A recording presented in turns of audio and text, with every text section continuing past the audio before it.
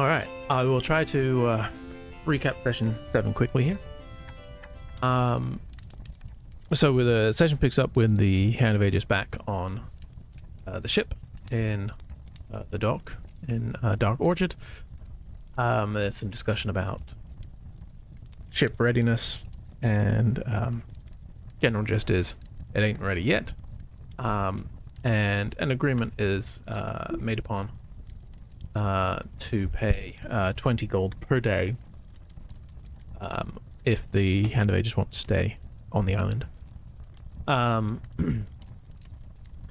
Bardor smokes the last of his good smokeweed. Very sad. Then Eska disguises herself as a human called Arik and heads into the Dockside Ale House and has a conversation with Jerry's brother Gary, and discovers the location of the meeting to be held in the West Meandering.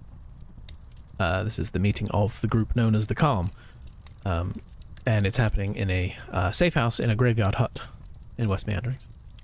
Eska returns with the information, and a plot is agreed, wherein Smokey will assume the form of a flea after casting Pass Without Trace, and then Team Sneaky Boots, Eska, Ardor, Kedox, will go towards the hut, while Team Not So Sneaky, Cosette, Claire, and Silverius will take a position within Silverius's reach so that he can still see through Kedox's eyes and communicate.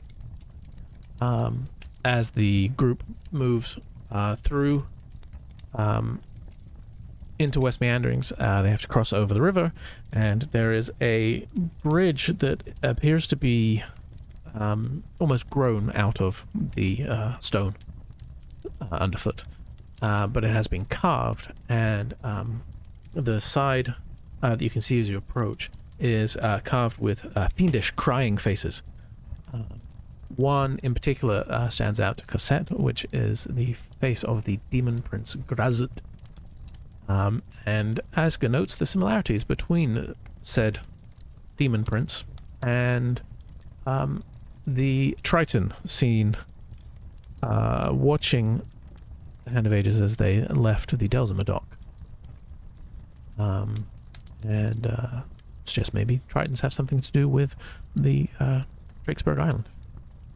Eventually the Hand of Aegis reach the graveyard. There's and basically the sort of the team here splits. Team Not So Sneaky hides out next to sort of like the last house before the graveyard, which is within 100 feet of the hut. And Team Sneaky Boots is incredibly sneaky. The worst roll was a 23 for stealth. And they creep up, and Smokey sneaks in under the door and discovers a little bit of information why the Calm is meeting tonight, which is to discuss the possibility that one of their group is in danger and being threatened, or there's a suggestion that something bad is going to happen at the hand of the potentate, but probably not the Drake's Wardens themselves. After multiple nat ones, Smokey is detected as being in the area, and Smokey, you became aware of a presence probing through your mind. At which point, the sorcerer who sort of declared that there was another presence in the room cast fairy fire in the location of the stairs that led down into this little meeting room.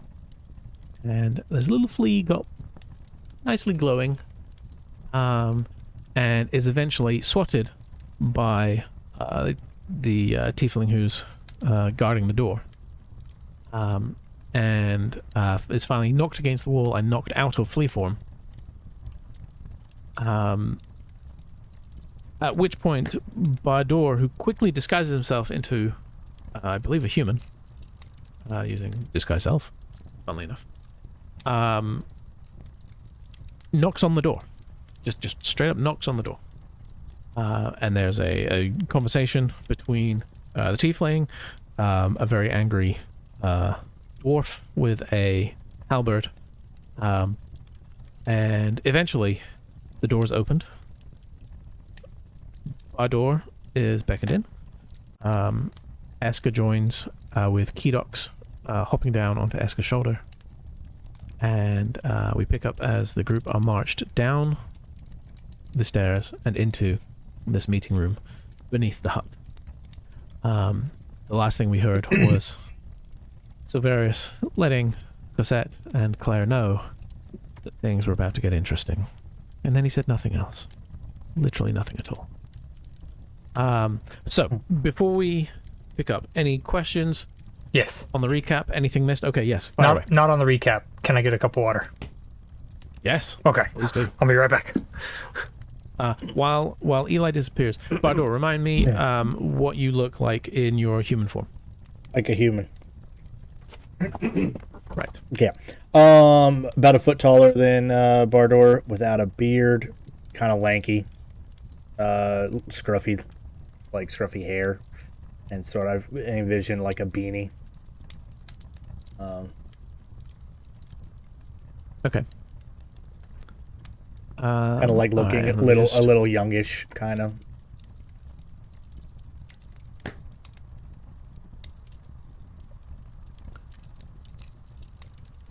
So basically, Shaggy from Scooby-Doo with a beanie. Let's just go with that. Nice. Yeah. The more I was describing it, I'm like, yeah, that's Shaggy. Okay. Okay.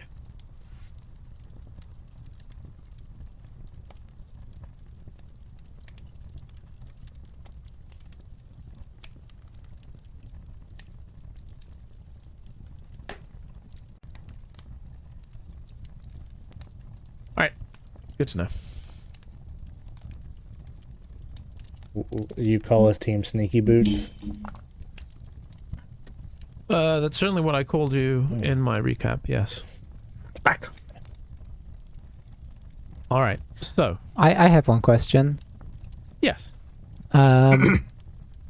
Has Detect Thoughts gone down yet? It's got a minute, I think. A minute? When did you cast it in the process, do you remember? I want to say that it was before I went in the door. I think I cast it from off... Well, yeah, I think I cast it maybe as I was coming up to the door. I think I did subtly cast it, I think, so I was probably in sight. Okay. In that case, no, it would still be up.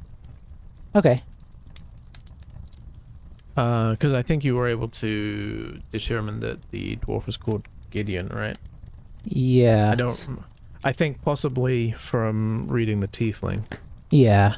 Yeah. So Varys, any instructions to Kedox besides sitting and watching? Currently, just sitting and watching. Okay. And I guess like a pan around the room. Okay. Initially, so we pick up as the very surly dwarf with the halberd there is sort of gesturing for the group to go down. It's quite steep, and Smokey, you're sort of like the first one to go down, and you definitely have to kind of crouch a little bit to make it through the trapdoor. And then logically, I think it would be our door.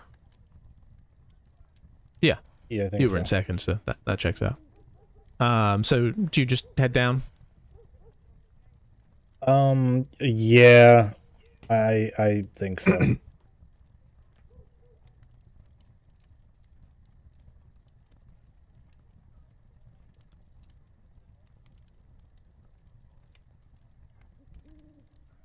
Okay. And Eska, as you're getting ready to head down,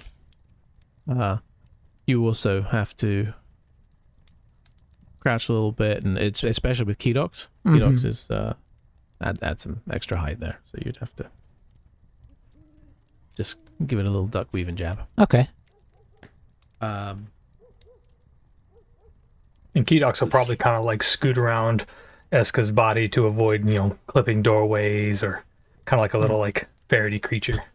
Yeah, I forget he's there at first.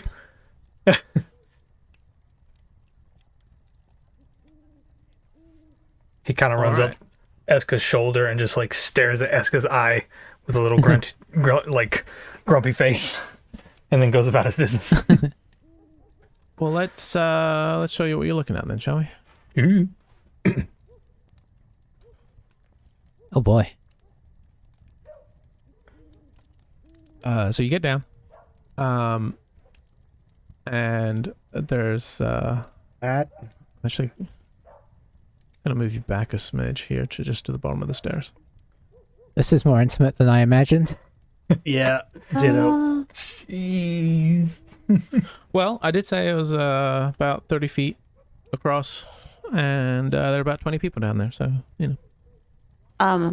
Apparently my laptop can't handle the graphics of this view. Mine too.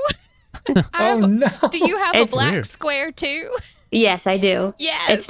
It's telling me that I can't support the graphics. Yeah. Yeah, these graphics are crazy. It's nuts. So I'll I tell you almost what. thought we were in the room for a minute.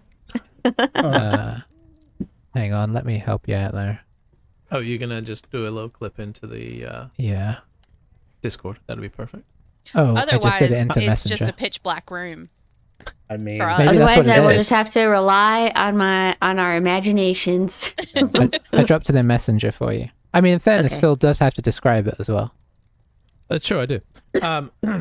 So you come down to the bottom of some fairly steep stairs, and you are in the center, close to the center of this sort of 30-foot square room. There are torches on the walls around, so it's pretty well lit up. And in a circle of chairs, basically from the edge of one side of the stairs, circling all the way around the room to the other side of the stairs. There's about 20 chairs, and you see masked figures in each of the seats. Some of them you can pretty easily identify the species, because tiefling horns, or you saw well, in Smokey you already had identified there was one Tabaxi who was there with black fur, little silver streaks. You can see everyone's eyes through the masks, but some of them cover more of the face than others. The dwarf Gideon was still displaying most of his long beard, long gray beard. So yeah, that's the gist. Looking around, it is a cramped space with this many people in it. And it should go without saying that it's pretty clear that you're outnumbered. There is a tiefling on the far side, basically opposite the stairs, who kind of stands. Do we, And, at a quick looks at glance you. round, do we recognize anybody? Give me a perception check Yeah. with disadvantage. Disadvantage. I dislike the amount of people in robes with knives Oh, Right. from a 21 to a on 6. this image. There's a few people with robe. I mean, most of them are wearing some sort of roby outfit. Gideon's wearing, like, his were cut off at the shoulder to display his tattoos. So, his tattoos were very noticeable up both arms. Oh no, I think it may have just been one But anyway, yeah. So he has like the cut off at the shoulder robes, but most of them have some sort of significant robe concealing their normal garb.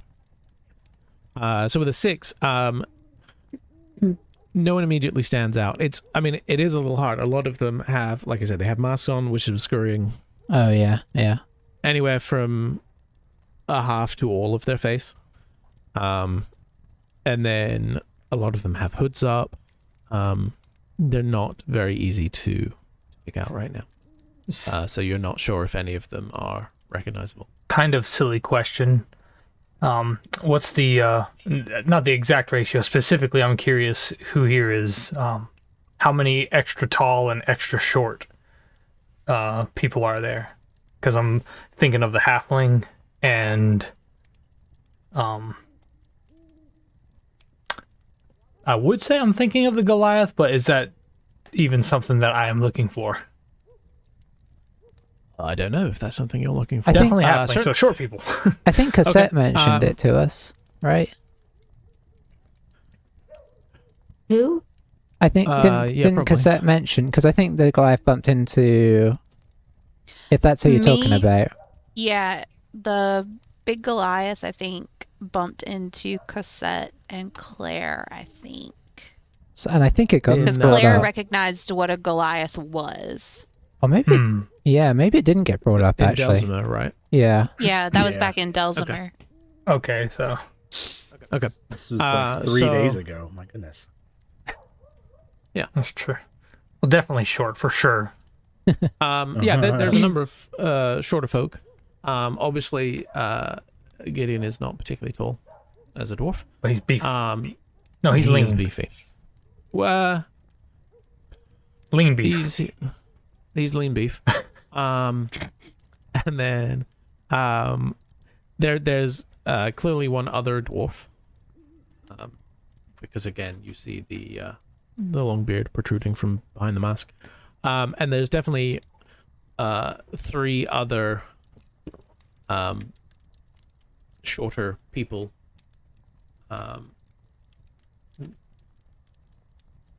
So halflings and or gnomes of some sort. Okay. As far as taller people, actually the Tabaxi's kind of tall. There's some people that you would guess have at least some sort of elven lineage. Just based on the sort of more slender, graceful physiques. And you can see the occasional like pointy ear and that sort of thing. And again, there's 2 tieflings down there as well. Gotcha. So, as you look down there, this one tiefling stands.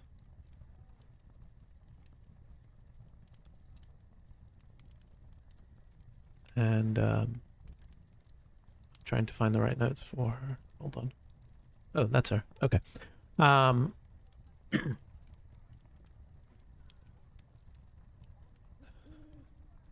She stands and says, I think we need some explanations as to what you are doing here, but before we do that, and she looks over to someone who you would say looks sort of elfin in nature, looks over to her and says, can you assist? And there's just a graceful nod, and the tiefling looks at you and says, my friend is going to cast a spell now. I recommend that you remain calm. This will not hurt you. Do you do anything as you see this Counter elven spell. person? Smokey looks nervous and starts tugging at his collar. I don't do anything.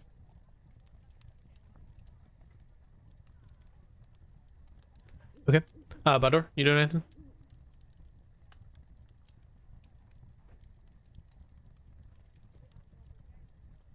Butter? Oh, I think we lost Bardor. No. Butter! It says he's there. He's just But he standing doesn't there locked up, speechless. He is so in character Sweating. right now. Just sweat dripping off his nose.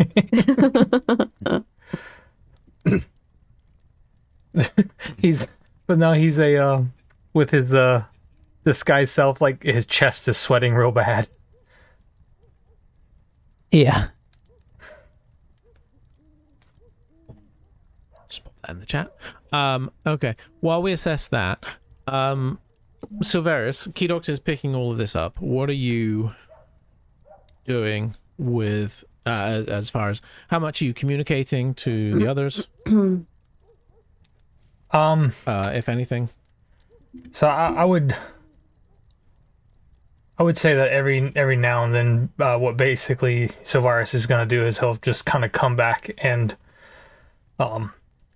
explain what's going on. Like, they're in the basement, and he'll like fade back in, and he'll fade back. He's some sort of spell being cast, and just kind of he'll actively try to feed them a bit of a stream of information.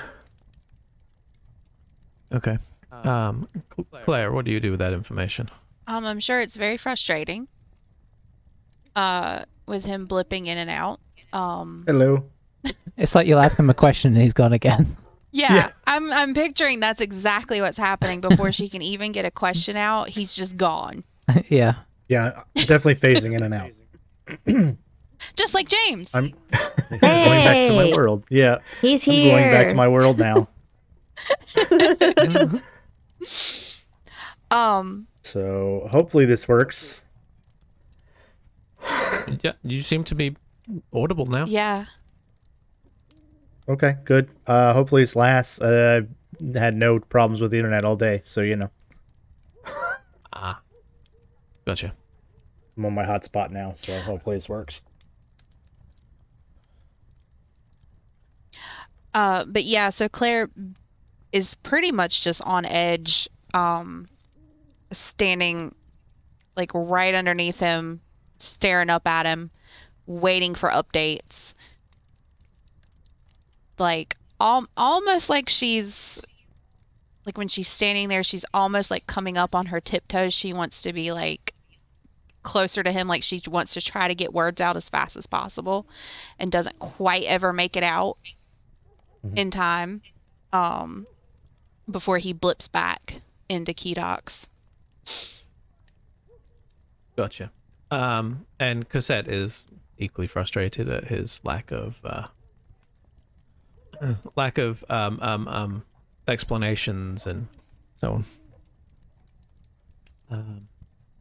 And we'll try to get his attention when he's blipping back in.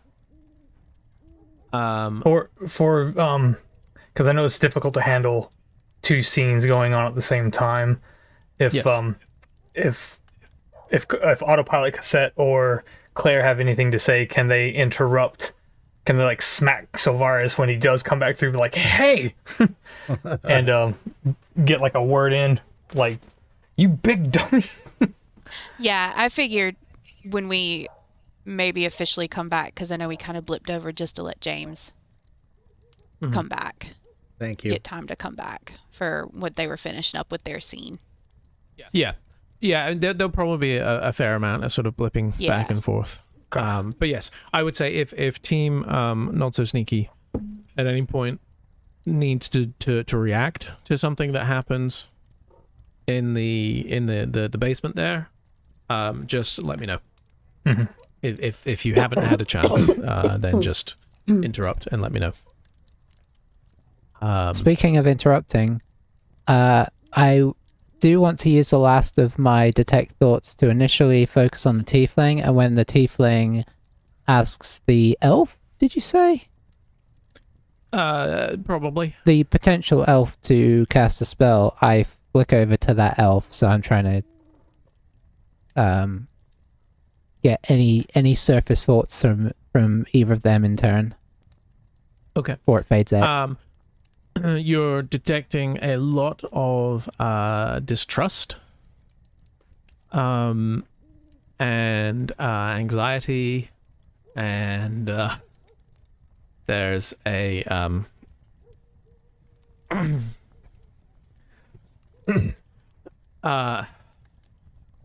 there's sort of like concern that this is, especially from the tiefling, concern that this is derailing the meeting from where it needs to be going. And then as you pan over to the elf, you pick up the phrase "zone of truth." Okay, that's kind of what I suspected from the question, but yeah, that I guess Eska will turn to the other two and just say, "Don't worry, it's okay."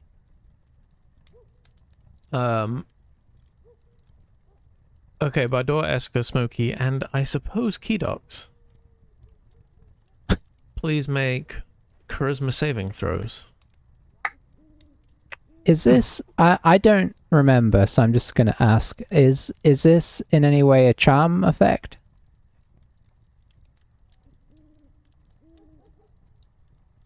I know there are certain things that are and certain things aren't, and I've never used it, so I didn't know.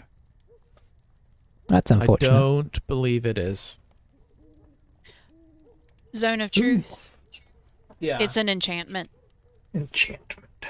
Well, that's no good. Because I have it. Nice. 17. Coming back in, I think. I already had it set on. Okay, the first one. 11.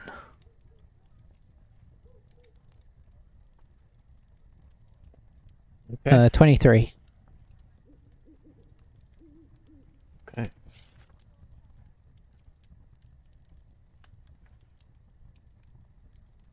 My roll 20 is not working. Oh.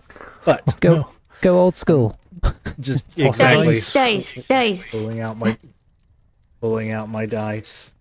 Oh, look at that. Another nat 20. Wow. Yeah, right? Wow, this is the best thing ever. Oh, Learn from Angie's mistakes. yeah, right.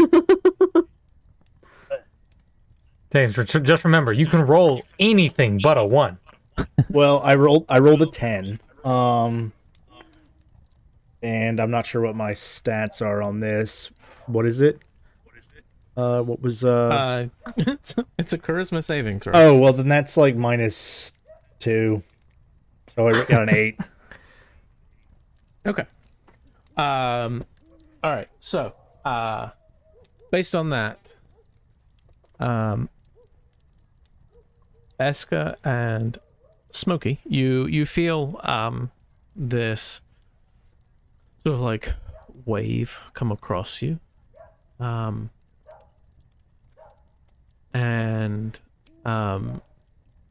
like your skin goes briefly like chilly and your hairs kind of stand up a bit on end. But you do not feel anything kind of stick to you. Bardor and Keydox, you are suddenly very aware that you are unable to speak a deliberate lie for the foreseeable future. And the elf looks over to the tiefling and just points to Bardor and says, that one. And before the tiefling can say anything, Bardor, make a perception check for me. I can tell you modify. I rolled a 7. Okay. Your perception is an 8, so that's 15. That's pretty good. You suddenly feel like a slight... Sorry, got distracted by rain. You feel a slight... just a gentle breeze above your head. And the dwarf behind you has just gently wafted his halberd through where your fake head was. Huh. Ironic that, and given that he's not being entirely truthful right now. Oh. I just realized. It's not, in fact, rain. It is, in fact, more fireworks. Lovely. So excited about that. So, yes. You are now very much aware that the dwarf behind you knows that you are not, in fact, as tall as you gave the impression you were. I'm guessing if they all saw it, they probably all have something of suspicion. I would think at this point, having seen a large halberd blade wafting through an illusory head, yes, everyone is now aware that Bardor is not as tall as he purports. Ow. Yeah. He's just insecure. He has short man Yeah, syndrome. He yeah, just likes right. to pretend to be taller. I'm not sure you can even say "ow." That would be a deliberate lie. I'll drop my ruse. That is much better. It is good that we are being truthful. Yes, So- it is. No, I am not addressing my questions to you. Dwarf. Tell me. Who are you? And why are you here?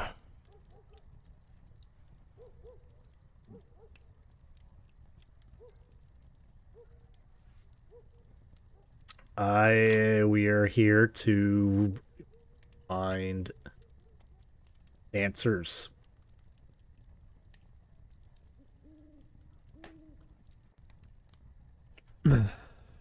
Well, that was vague. Who are you? My name is Bardor.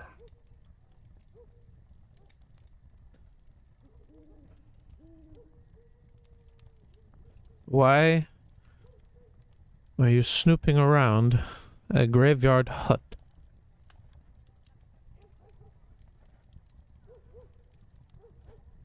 Well, it seemed like the thing to do because we have questions, and maybe you have some answers.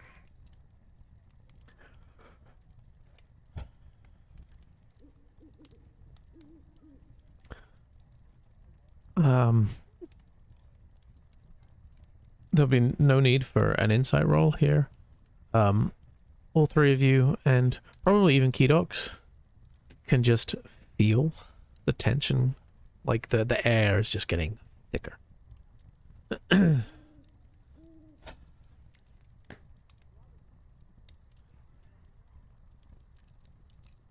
Do you know who we are? What's the name? What's the name? Calm?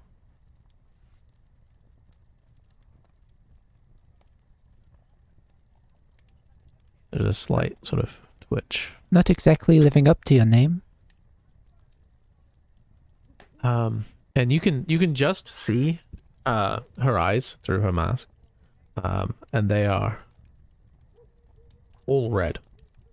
They just sort of like flicker and glow as emotions kind of seem to pass over. You can't really see much of her face. But you can see her red eyes.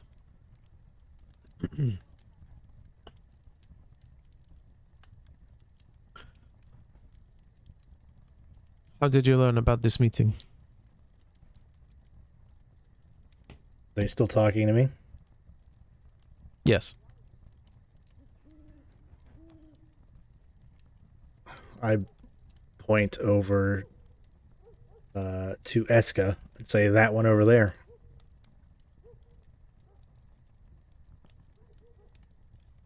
She turns to Eska. How Yore. did you learn about our meeting? Am I allowed to answer? Yes.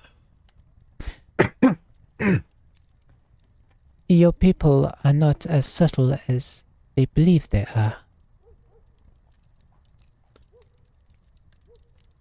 I overheard talk.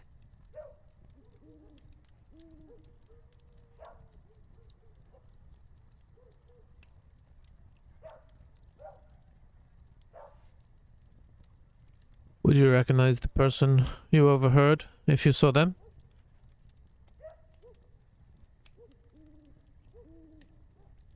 I would not like to get anybody in trouble unduly. But if you have any people that you know tend to have a little bit of problems keeping quiet, maybe just warn them.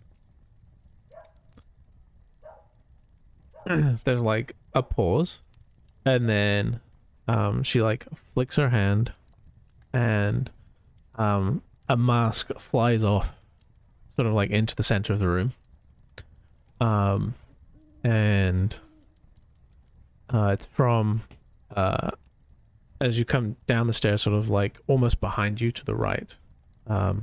There's a figure in a like hooded robe, with now no mask, and you look over and you see the face of Arik, who you impersonated earlier. It was him, right? I mean, She just sort of like holds up her hand.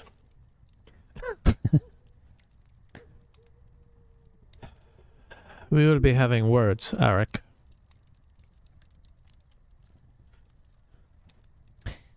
listen, I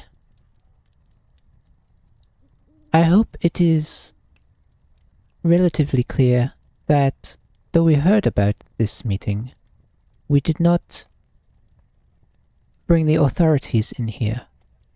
That, I would hope, would speak for itself as to the nature of our intentions.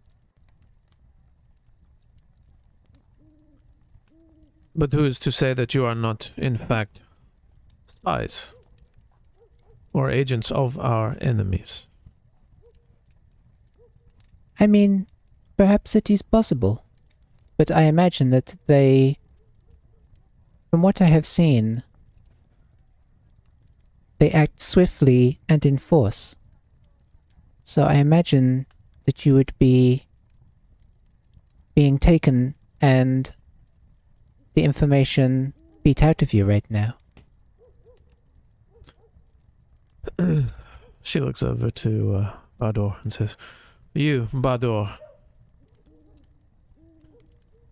are you a spy?" No.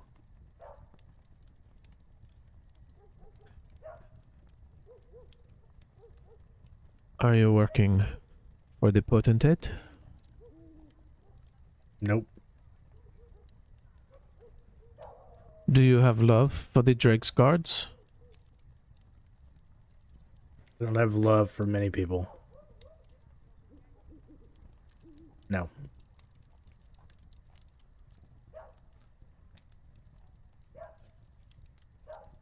There's almost like the room breathes a slight sigh of relief there. We have, if anything, quite the opposite feelings from our brief dealings with them.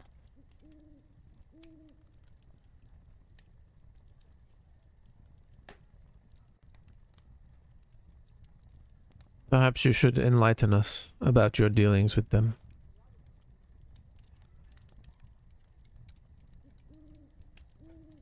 Do you want Butter to talk? I guess you may not believe me. I'm beginning to believe that you are giving enough information that matches up. You may talk. You can just ask Butter afterwards if I'm telling the truth. Indeed. Anyway, we sailed over from Delzima and there is a presence there too, and their attitude seems to be one of dominance, and though we do not know much about them, they appear to be quite tyrannical. I don't know if that is correct. We came over to see how things were over here, and the little bit we have seen has not made us feel any better.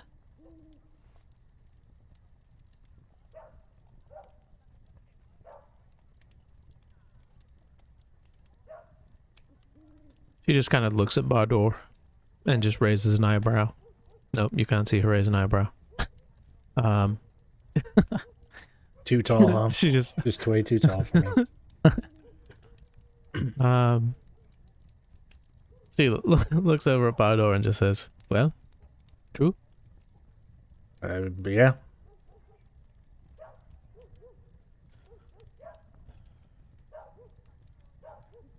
She kind of looks at Keydox a little bit. You can see Eska kind of the eye line is like looking almost at you. Interesting pet choice. I love dragons.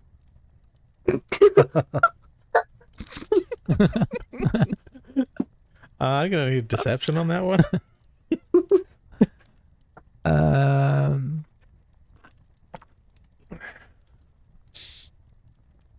Oh dear, 11. I love dragon. I just can't hide it.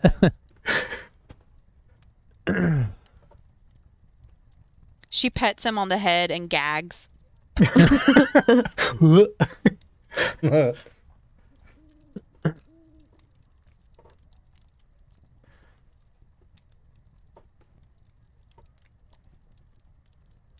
She's just kind of looking for a second.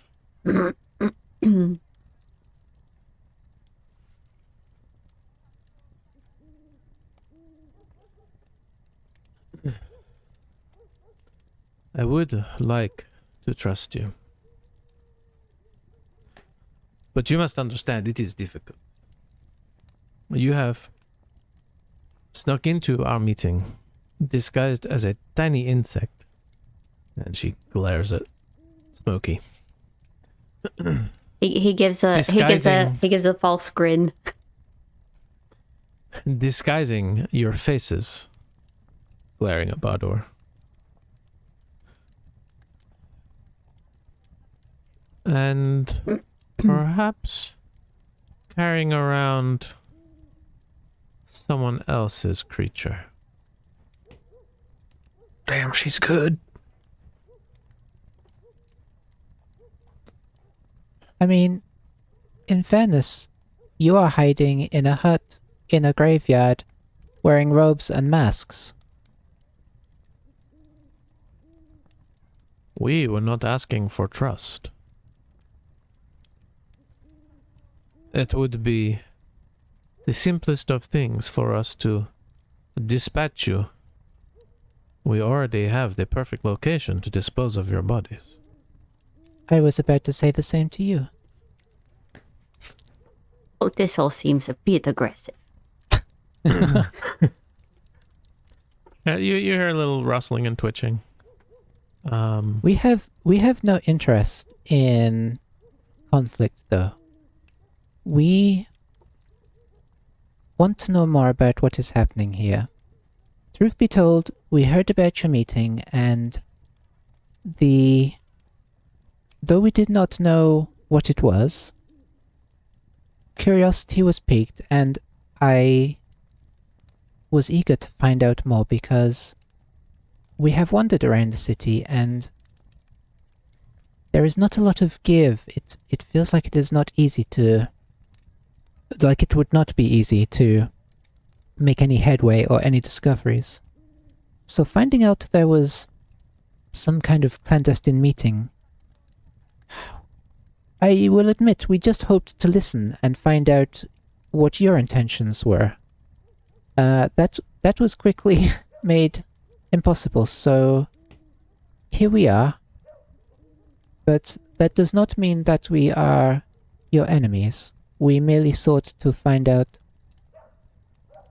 what kind of people you were, and if you could be trusted, and what you were doing. I understand that is not good from your perspective, but if we are not enemies, perhaps it works out.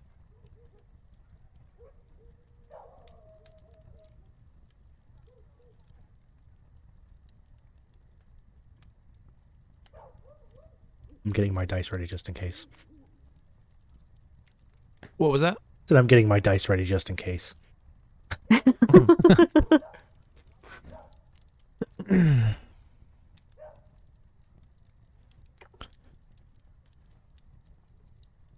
Make a persuasion check.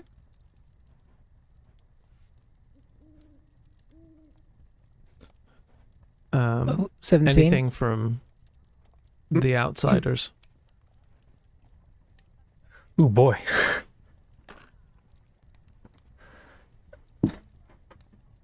So yeah, Savaris, he'll explain that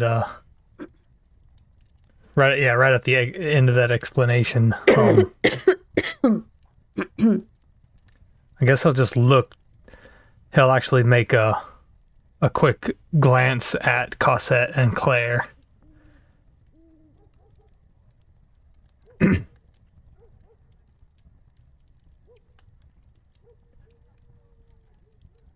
Just trying to pick up like how they look on the surface. Obviously panicked. We've been panicking. But he hasn't been looking at you is the problem. Yeah, obviously.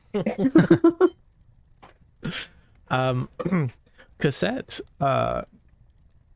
made a note to bring her flail with her from the ship. Just in case. She's sort of fidgeting with that a little bit. And definitely very antsy. I'm assuming that Silverius just looks at them, sees that they're panicking, and assumes that's normal and goes back to looking through Kelox's eyes. That's fine. Yeah. Man.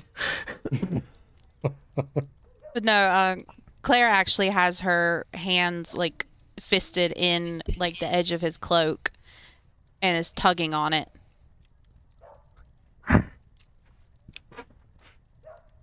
Like to get his attention. Yeah.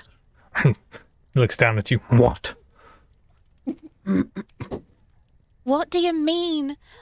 That they've casted spells on them? You're not explaining anything. They are being interrogated currently. Not aggressively or dangerously so, at least at this moment. Eska is handling the conversation pretty well. Well, they're being interrogated. Have they said anything? Are they revealing anything? Do we need to go over there? Yeah.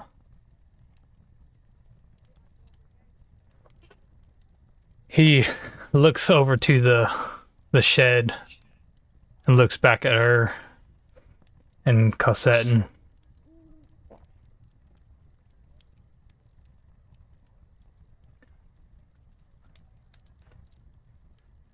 I'm just having a character think. He Well, quick question too, real quick. How far away is the shack from where we are? About 90 feet. 90 feet. Okay. okay, not too very far. Silvarius, I can make it go away. I can make the spells go away if we need to.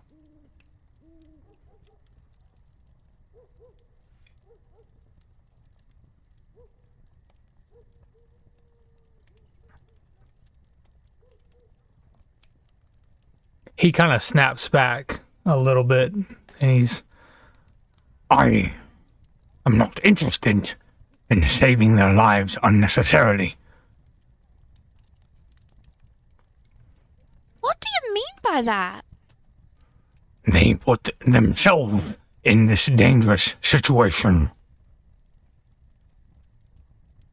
That doesn't matter. They're friends. They're the only people we have here. If they're in need of us, then we should go. And you see his eyes kind of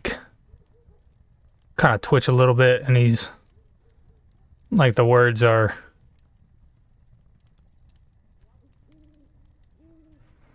the words are making him think a little bit. And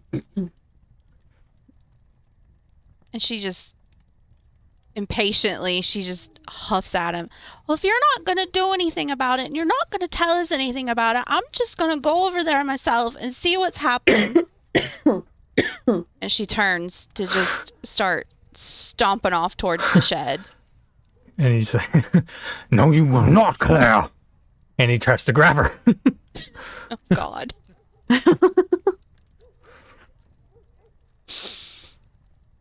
Yeah, this tracks. I guess technically that's a grapple check. Roll Oh initiative. boy. Yes. So that would Would have been be, waiting for this whole campaign. Yeah. this athletics from Silverius versus athletics or acrobatics from Claire. Oh boy. She's gonna Oh, like boy. cartwheel away from you. I am proficient in neither. I had a So feeling. It's potentially not good. But still, you never know with the dice. oh, God. It's doable. He's still Okay, rolled good. 19. Okay. 19. Big flex, big flex. Oh, let me make sure I don't have my...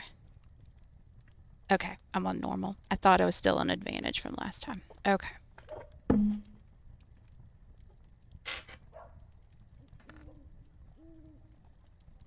Oh my God, an Big 8. flex.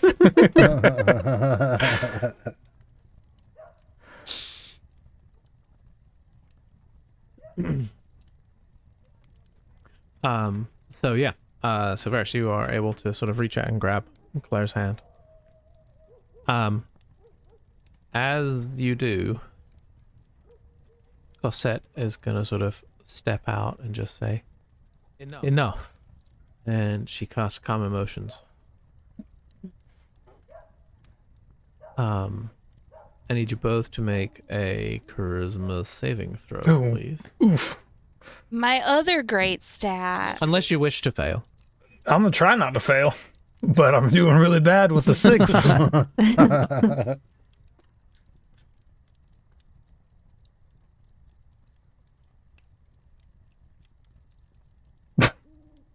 A 7.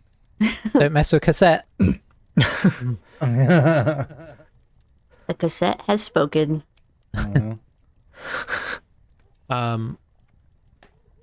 Okay. So based on the wording of the spell here, she will make you indifferent about creatures you are currently hostile towards, which is to say each other. And it just says, Silverius, are they actively in danger right now?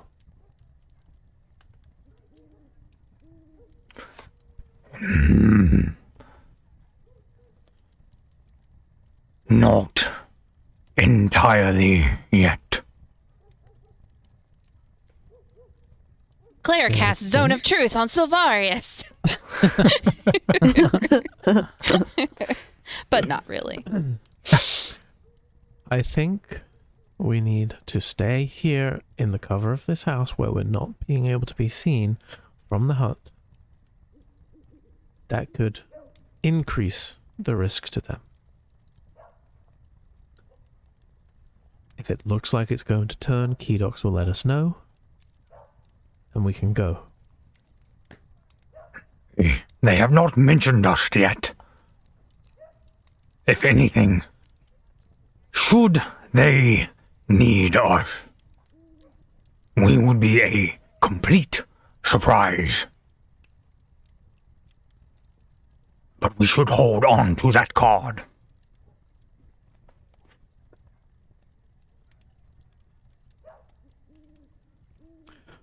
Agreed. So, perhaps you can do a better job explaining what is going on, and that will ensure that no one does anything rash out here. We've had enough of that already.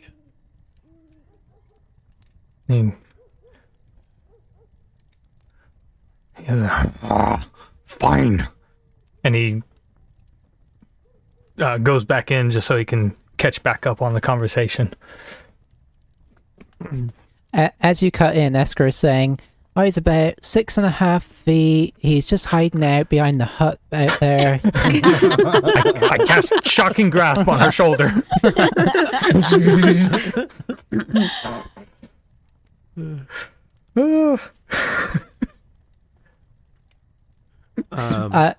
Esker will just say, if you are truly concerned about our intentions towards your group, just ask Bardur if we mean you harm. He can speak for the group.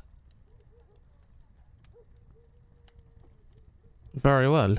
Bardur, do you or your party mean us any harm?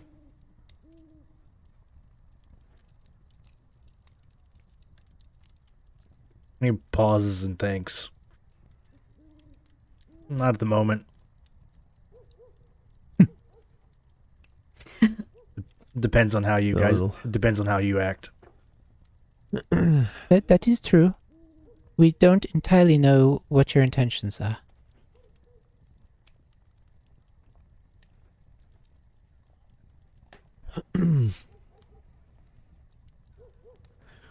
We represent members throughout society here in Drakesburg, both inside and outside the walls. We have one primary purpose. Quite simple, really. We just wish to overthrow the potentate, exile the aristocracy, and spread the wealth beyond the walls. Nothing much. It sounds reasonable to me. Now, And there's a little murmuring as she says that quite so clearly to you. Now you've told us some quite sensitive information. My assumption is that we are now not going to leave until you feel satisfied that we are not going to spread that around. Indeed. We have ways of following you, tracking you, learning your whereabouts, finding out your contacts, making sure that anyone you care about is known to us. So, even if we were to let you go right now, everything would be fine. Do not believe that you would present any meaningful risk to us right now. You do not know our names. You do not know who we are in society. You do not understand our position here. And truth be told, there is already an understanding now that there is some sort of resistance to the current regime. It does not surprise me. This place has a feel to it. Would you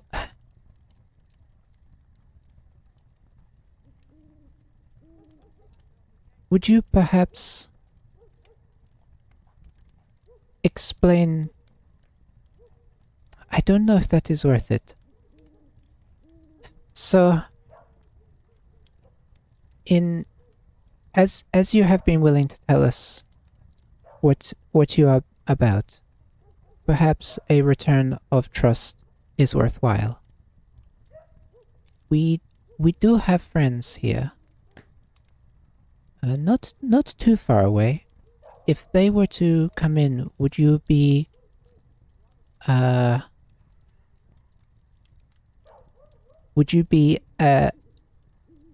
welcoming to them for them to help understand your cause as we do?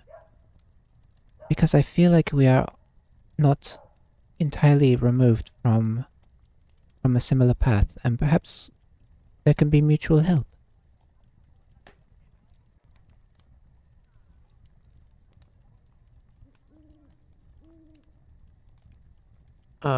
Severus, do you say what Eska says out loud?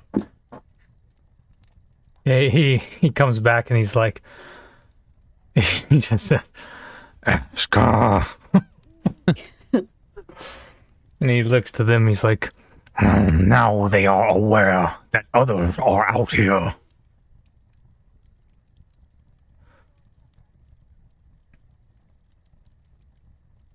Now Claire panics in the opposite direction. he's like, Eska What do had we to do? open her stupid mouth. he's-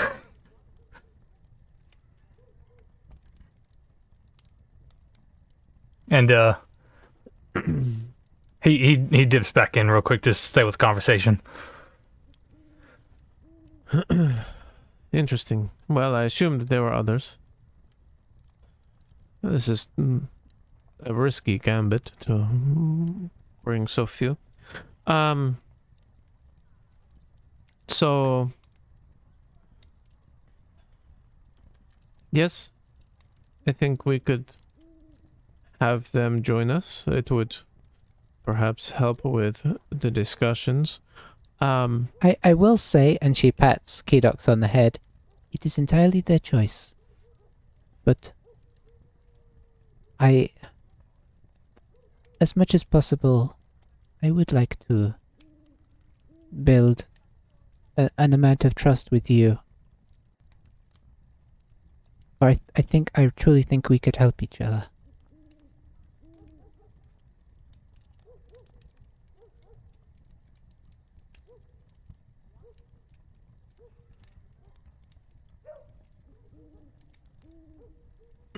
Sort of a pause, and she says, do me a favor. Head back upstairs for a moment, we need to talk. And the dwarf kind of heads back up, his halberd very, like, he's sort of like doing some, just making sure that you can see the halberd, basically. He heads up and just says, alright, they're coming up here for a second. And the tiefling just says, oh, well, that's going to be awfully crowded. Right, I'll just leave the bar on the door though, right? Right. And then he sort of pokes his head down and says, alright, come on. Upstairs. I guess I'll follow.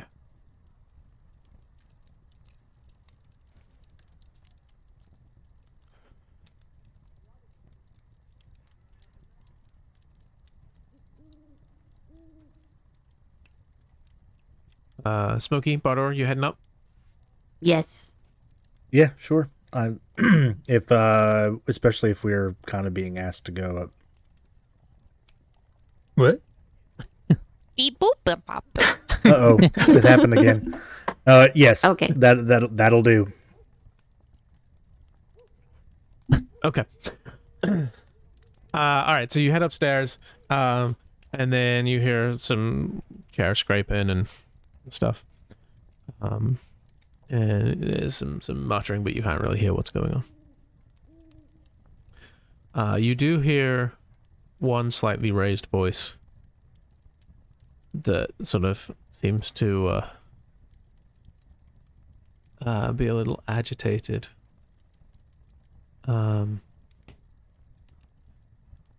Just says, I mean, honestly, tell him everything.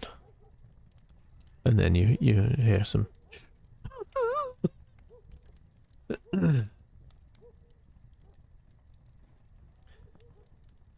And it's just like, a couple of minutes pass as the three of you plus Kedox plus Gideon and the Tiefling are crammed into this like 10-foot by 10-foot area. So Gideon, what do you do? He has a lookout, of course. Ah, yes, but surely not all the time. What do you do in your free time? He just kind of growls. Do you also In go dwar- to bars and not drink? Because some of your friends do that. It's weird. It was a telltale sign. The Tiefling says, oh gosh, are they doing that again? I've told them about that before. I mean, no, that's, I don't know what you mean. Right, they wouldn't do that, would they, Gideon? I mean, they wouldn't do that, would they? And he just sort of growls in Dwarvish again. What did he say? It wasn't really words. I mean, it kind of was, but it wasn't a sentence. Dwarf gibberish. Yes. And obviously, frustration at it was more a vibe than a actual phrase, I guess would be accurate. Whenever he does that, I'll just say agreed in Dwarvish. Oh dear, you rather roboted again. Now, That was what the guy said. yeah, basically. No, I said I respond to him agreed in Dwarvish.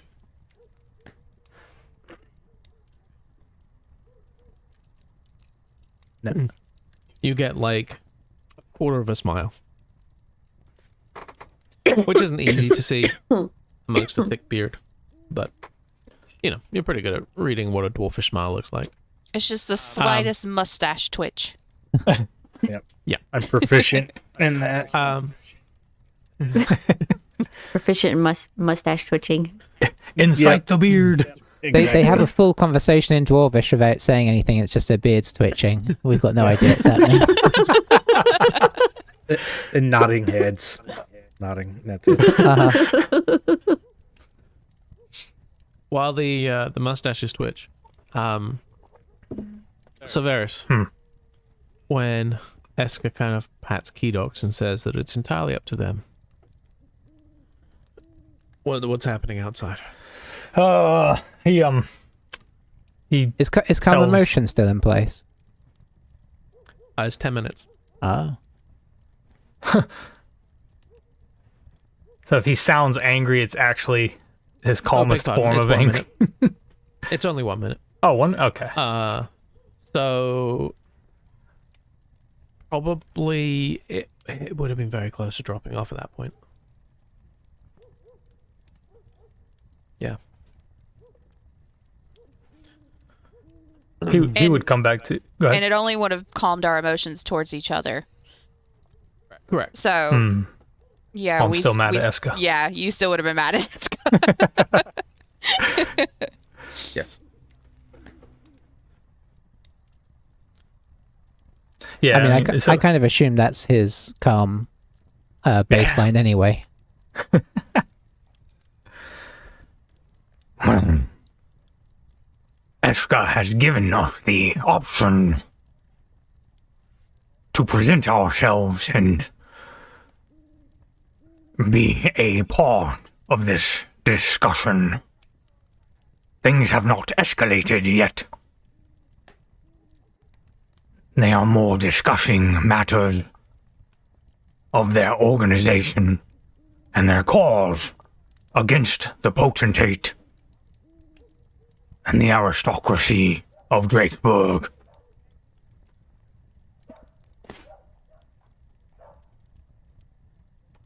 Do you trust it?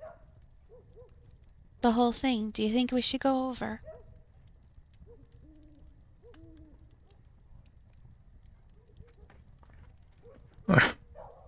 It, it flies in the face of everything that we attempted to begin with. However, the matter of the potentate intrigues me. They are against him, yet we are potentially searching for him.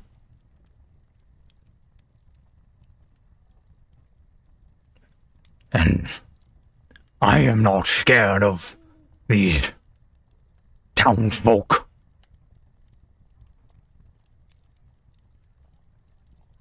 But even if they're against him, they might end up being our only source of information about him.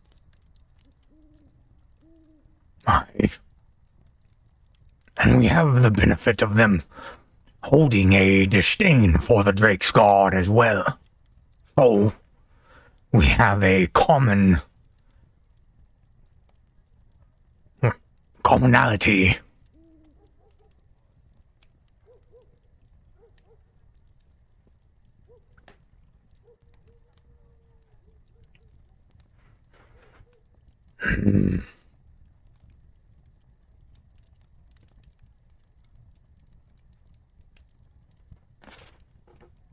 Well, Was that your way of saying yes?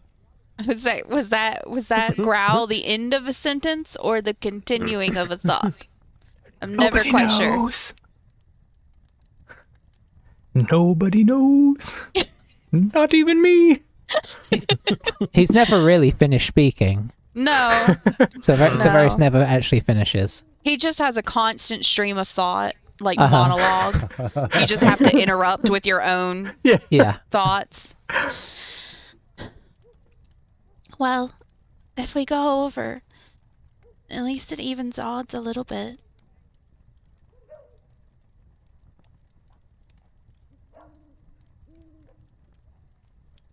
And he lets off one more kind of droning growl and turns to the building and looks back to Cosette. And Your thoughts?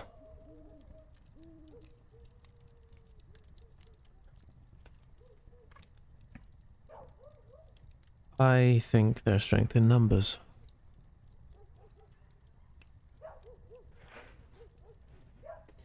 Right. And perhaps better to keep our minds together too.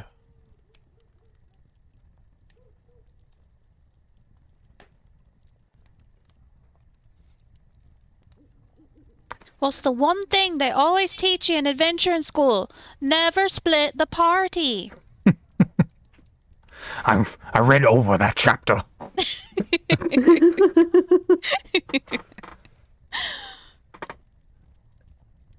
Savarius skipped that chapter. He is a solo player. oh yeah, He would do everything alone if he could. Yeah.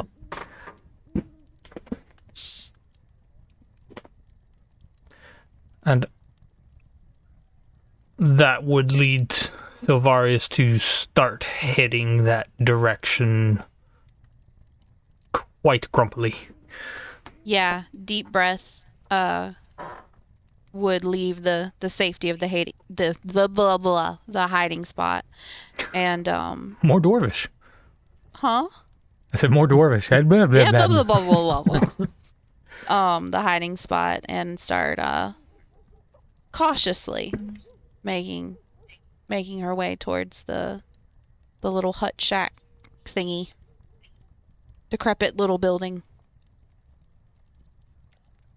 Righty-ho. He docks real quick, like kind of like gets Eska's attention, kind of like side boops her head, and just kind of like screeches a little bit and like points at the door. Ah, he's hungry. And then goes, She fishes around in her bag for something and finds half an inch of chipmunk tail and offers it to Kedox. Kedox grabs it, spits it on the floor.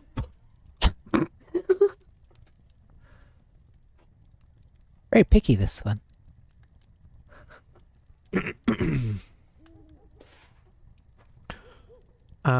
Eventually you hear a voice call up. All right, you can come back down now. Is it okay if our friends join us? I think they are on their way. Yes, that's fine.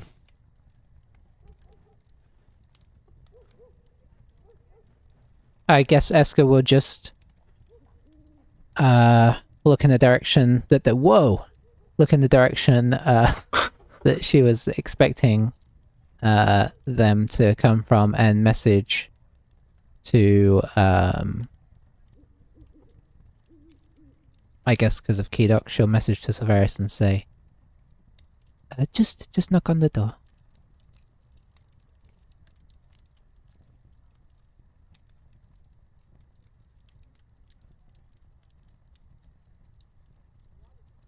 All right. Is that what you do? Yeah. Oh, hey, the room showed up. Oh, did it? Yeah. It kind of blipped a couple times for me. Like maybe it was gonna show up, but it hasn't yet. I got put on the map and now it's here. You just had to render. Yeah. Well, The draw changed- distance was too high. I guess You- so. I don't know. You guys I have changed missed one so of my much the settings. crazy things Phil was doing with the lights, and like he has all of the figures getting up and talking. It's incredible. I did Yeah, change one of my settings and refresh my browser. So I don't know if that changed something while my little figure was off the map. Angie, if it's any consolation, it pretty much just looks the same, but now with 3 more people in. That's Yeah. fine. I'm not The too room is worried about just- it. The room is just more cramped now. Claire, Silveris, please roll for me a charisma saving throw. Oh, yeah. Oh, does it stay up, and as people come in, they get hit by it? It does indeed. Oh, that's cool. 7. Wow. Ooh. Wow. Yeah. That would be a 3. It's a natty 1. Oh no. Yeah. So you both are compelled not to lie. For the record, Cassette got a 20. So she can lie as much as she wants. For the record, Claire has a real hard time lying anyway, so it's She has her probably a own wasted personal zone spell. of truth. I want to say she walks in a personal zone of truth all the time anyway. So That's hilarious. So yeah, you kind of knock on the door and little thing slides open. And you are Big dragon eye kind of like peeks in through the thing. And his mouth comes up to the opening. Expected. right. Not even going to ask whether we shall meet tonight. And you hear the sound of wood scraping on wood as the door's unbarred, and he opens it and says, it's quite cramped. Sorry. Just head through the trap door there down the stairs. And he's just walking through, like, as he's saying that. With the Yeah, 'cause I don't know confidence, as he's already seen the room through Kedox. So he's, like, strolling on in. Yeah, I don't know why I didn't put Silveris kind of like in point there. Clearly he would be. 0 chill. So yes, 3 of you now join the rest down the bottom. The chairs have been sort of mostly pushed back to where they were before you went upstairs. Arik has retrieved and repositioned his mask. Esker actually shoos Kedox off her shoulder. Oh, yeah. when she sees Silverius.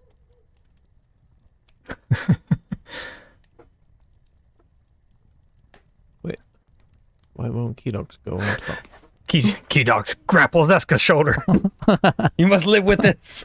She just starts punching him over and over until he can't release. It's one good time, so. I mean, it's Eska. This She's is got very minus strange. strength, so. Oh, yeah. Because Kedox was put on the map first, he absolutely refused to sit on top of Silverius. Can you not do a move to top thing? Oh, to front. Yes. Hey. There we go. Oh, Thanks. brilliant. So, Severus, you knew exactly what to expect. Cassette and Claire, you come down, and yes, you see this room. It is cramped. It's getting kind of warm in there now. There's a lot of bodies, a lot of breathing going on. Phew. And you see this circle of masked faces around you. And the tiefling says, "Welcome." These are our friends. I assumed. They came over with us. Very well. So, I actually I mean you may have questions for them, but before they came in I was going to ask, because we are not too familiar with the island. I suppose if you wish, it would be interesting to know more about how it works, the potentate, who they are, why you dislike them, why you dislike the government. Is it as I'm trying to avoid using the word draconic, like tyrannical rule as it seems?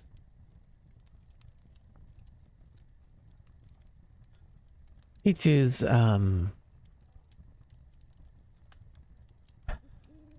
is complicated. And, you see, one of the folks off to the left kind of puts his hand up. Says, maybe I can have a go explaining. The tiefling nods. And you see this guy, he has his robes on sort of come down to his elbows. He's very thick, curly, dark hair on his arms. And you can see some pretty severe stubble peeking out underneath his mask. 6-footish, pretty broad shoulders. And he says, well,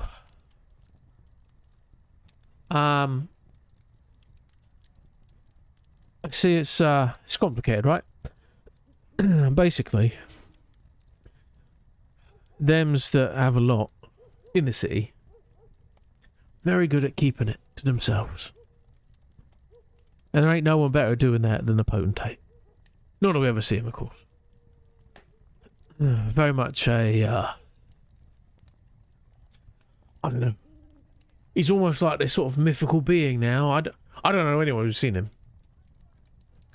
And to be fair, we don't see many of the Caucus neither. Every now and then, one pops up.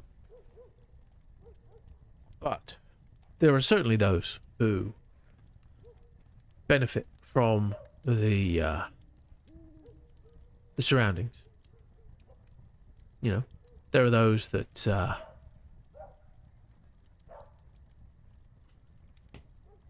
prosper, while others suffer in squalor. You don't see it so often if you walk in the streets. The Drake's Warden take care of that. But, you know, I have a way of getting around in the city. And, yeah, if you know where to look, there's people suffering inside the walls. And you come outside the walls, there's nothing but suffering. There's enough to go around. But they hoard it to themselves. You understand? Vaguely. I'm not really a city girl, so, but I can see the evidence of what you say.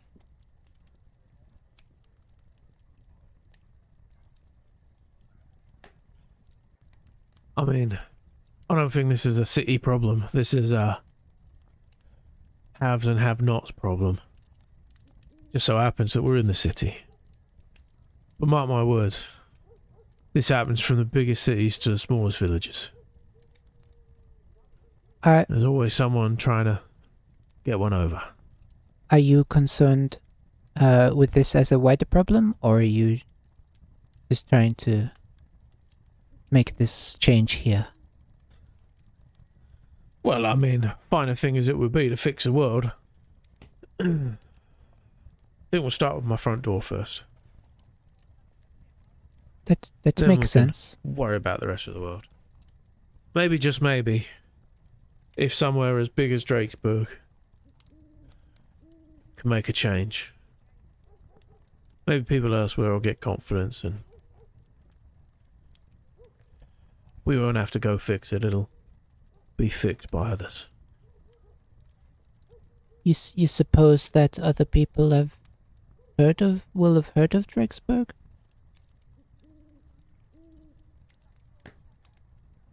I don't see why not. True. Every day there's ships coming in from everywhere. I mean, well, I'm trying to think. It would have been, yeah, saw one from Port Nyanzara the other day, over in Cholt. Pretty sure they had some weird creatures on that ship. Definitely seen some from further abroad. Even than that, up the Sword Coast. There's traders coming from everywhere here. Eska will produce hold out her hand, and I guess as if she's gonna read when she does a weather reading, she'll effectively cast Druidcraft to do that real quick and say, and I notice they are not too keen on this kind of thing. Yeah. Pain in the arse, that. Sure, I could make more money if I could do a little bit more of that kind of thing. Am I wrong in thinking that it is very unwise to even attempt that within the city walls? Oh yeah. Oh, to be fair, if you can, if you can't see one of those lizards, you might be all right. Might be. I guess I should clarify further. If you can do it without one of those lizards being nearby, without someone else nearby ratting you out, then you're fine. Yes, the little bit we were there, it feels like they have generated a climate of disdain for that and calling it out. See, I can see why you think that. But it's not as clear as that. Because if you're the right people, they just don't care. If you're in the in crowd, right, he's Caucus. He's got wizards in there, famous sorcerers. The lady of the Cloud Lodge. She's famous for it. She you know, when she hosts her parties, which of course I've attended a couple. When But when she hosts her parties, she's always doing little tricks. She has big, like, sort of explosions of light in the sky. Does she live in the floating house? It's all magic. Yeah. Ah, okay. So it is. If you're the right people, the lizards don't go near you. So it's do as we say, not as we do. Exactly. See, now you're starting to understand how this works. It's two sets of rules.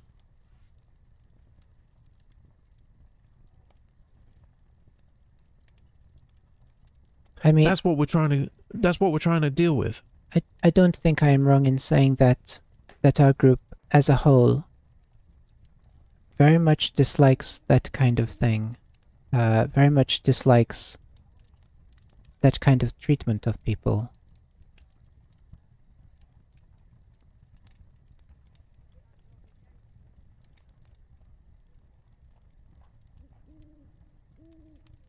She looks around to see if people Well, look like they dislike it or they're shrugging.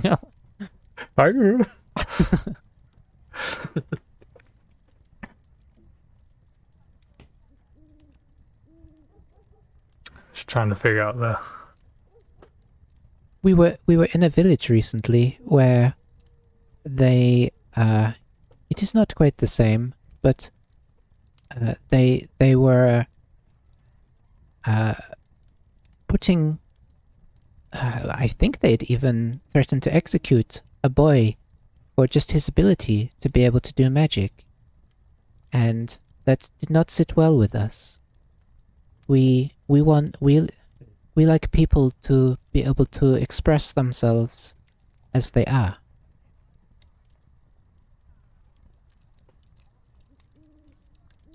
Yeah. That should be. Yes. Would Thank you.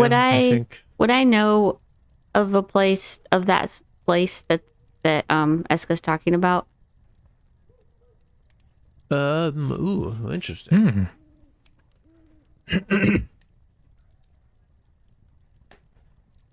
Probably not. Okay. I think it's probably too far inland for you to have ever made Yeah. it Gotcha. in that way. Okay. It was kind of a little place too, right? Yeah. It's Yeah, a little bit. yeah, it does seem kind of podunk. Yeah. Fantasy hillbillies. Yeah. One of the shorter folks stands up and says, "Now comes your question. You see, you have demonstrated, I think, sufficient information for us to know that you are potential allies, and perhaps, at the very least, like-minded folk.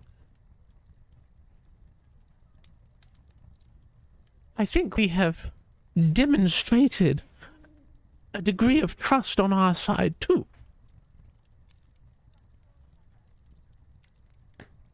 However, we need a little more. So, the meeting that you so rudely interrupted was about assisting one of our own.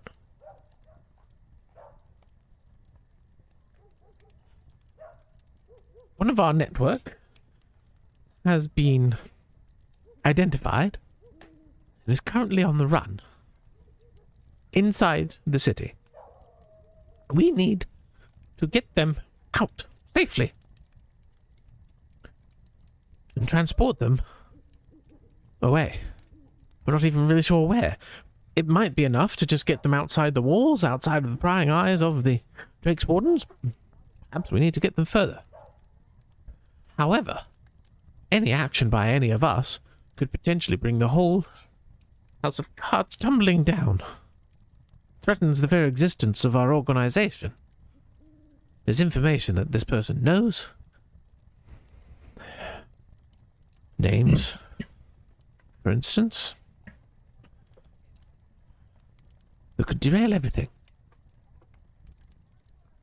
So to that point, we are looking for some kind folks to assist us in the stealthy evacuation of our friend.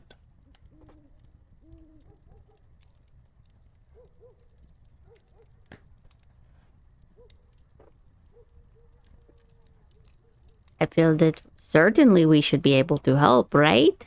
And Smokey looks to the rest of the group. Eska turns as well. She's beginning to learn not to instantly agree to things before looking at. Smokey has Looking at the no faces. idea.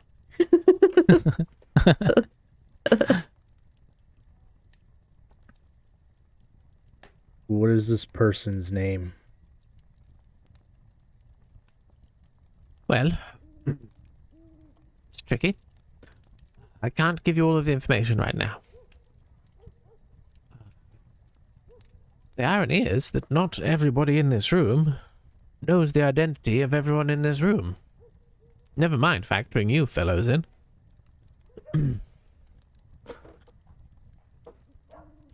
I am not a fan of that. It is a necessary evil. We are dealing with an incredibly powerful enemy. Much like us, they have the ability to see into people's minds, to learn secrets that would not otherwise be told. Do you have some system of protecting your meetings from scrying eyes?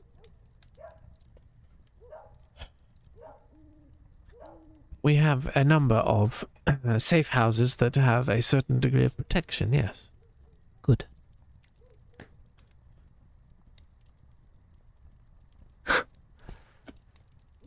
So Virus looks over to Smokey and he's like, A certain degree, indeed.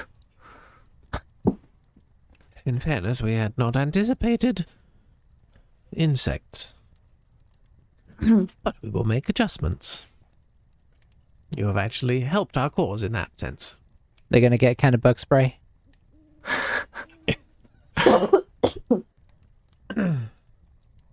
So, can you assist? Well, what does everybody think?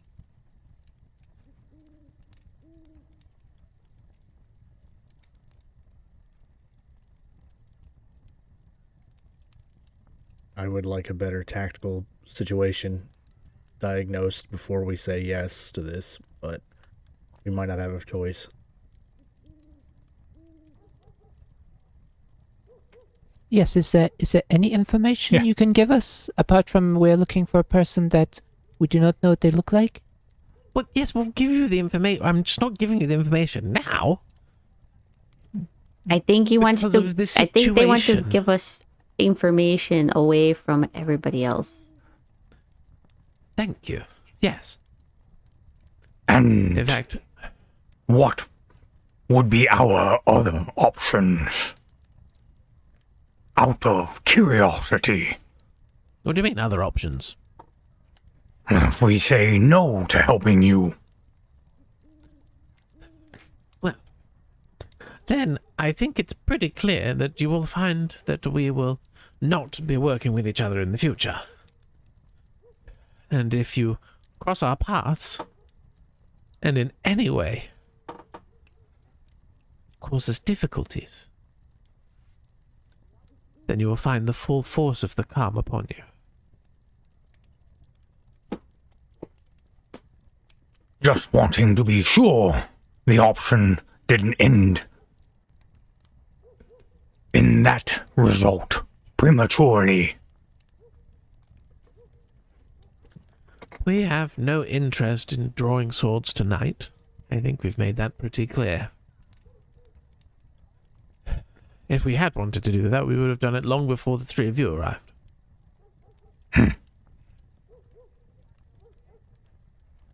Clearly, they are not hostile towards us. At the moment. The other Surely we tabaxi can says, be helpful. Indeed, at the moment. And they just sort of like their claws just very subtly like slide out a little bit and then retract.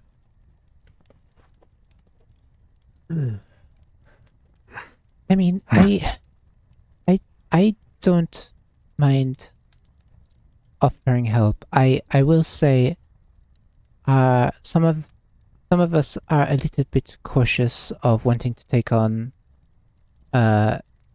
missions as such with very little information and no guaranteed reward, which I do understand, but I wonder if this is a good chance to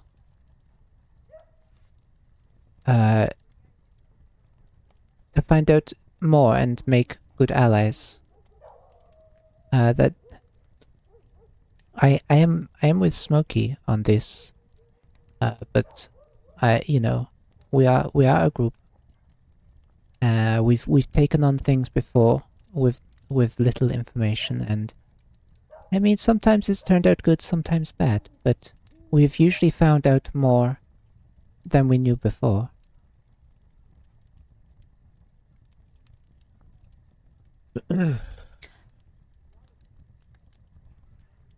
I never mind helping anyone, but I'm really starting to wish that we hadn't left all of our things back in Dulcimer. Yes, that looks like a bad idea now. The tabaxi just says, perhaps we can assist with some equipment to prepare you in case you get into more difficulties than you would prefer. We traveled light to try and keep a low profile. And what a fine job you have done. Ha!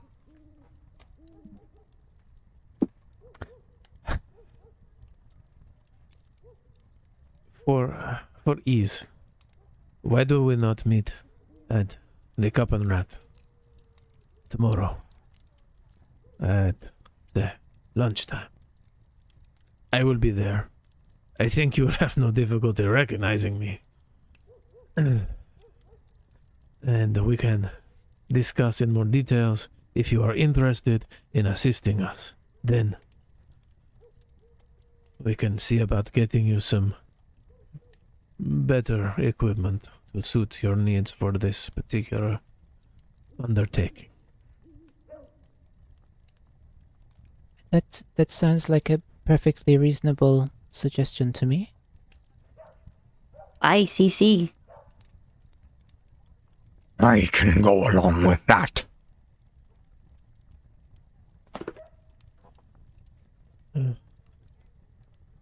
Well, are we happy? And he looks over to the tiefling. And she says, well, the wrong voice.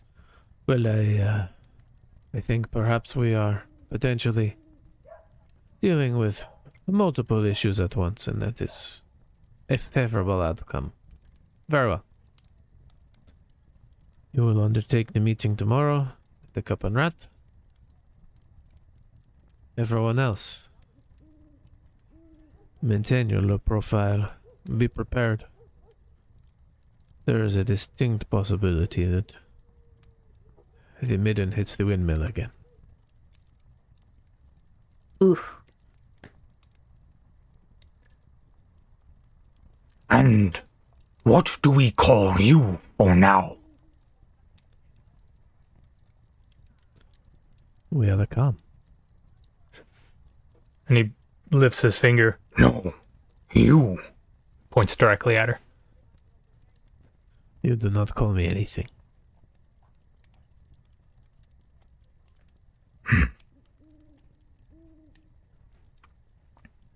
And you can hear the smile.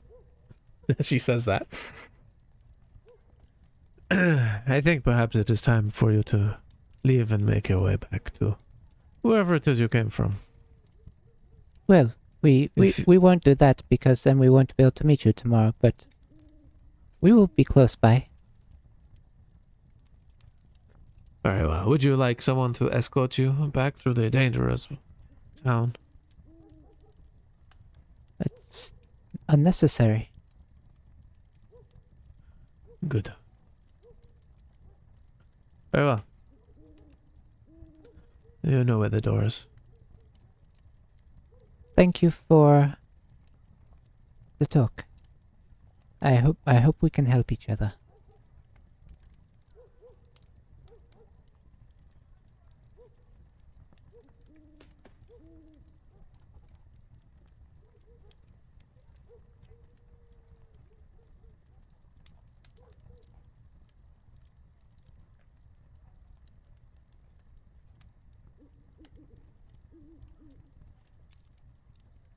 All right, so you heading up and out? I think so. Yeah. I will follow the group.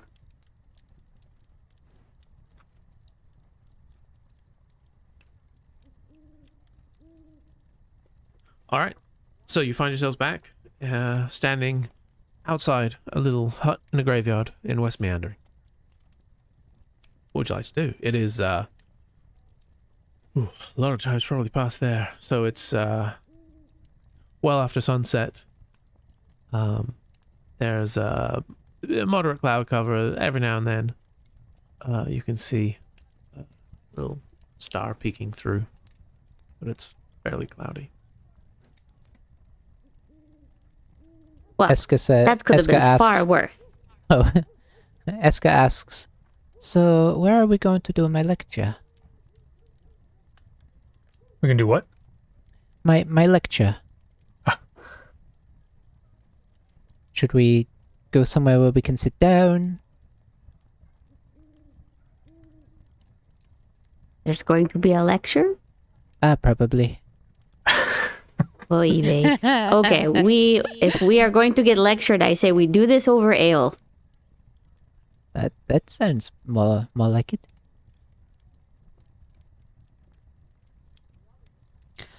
Did the cup and rat have to-go jugs? Because they didn't have beds. Was there any other out of the wall inns that or taverns that we've come across? Or would I know of any? You did see one on your way through West Meanderings. Oh. It was on the south side of the river. Did we catch the sign? Yeah, it's just a little single-story place called the Warrior and the Cup. We could Lots of try bars with cup in the name. They like cups over here. That's what you drink out of. Shall we try that one? Certainly. I mean, it's at least got to maybe be a little bit better. Yes.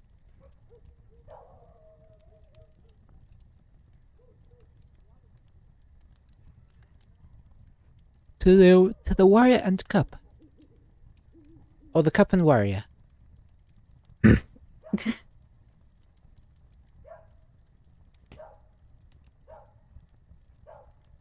All right, so you head back out of the graveyard through the town. There's almost no foot traffic now. It's very quiet. There are some lamps lit. Some on the side of houses, some, it's like a sort of a vague street lampy type thing.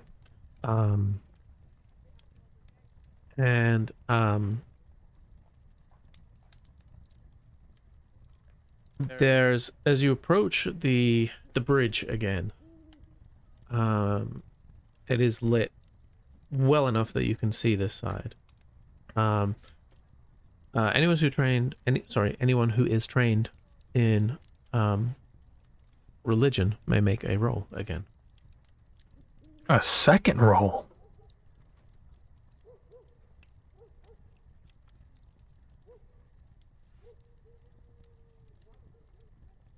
"12. Claire's not rolling hot tonight."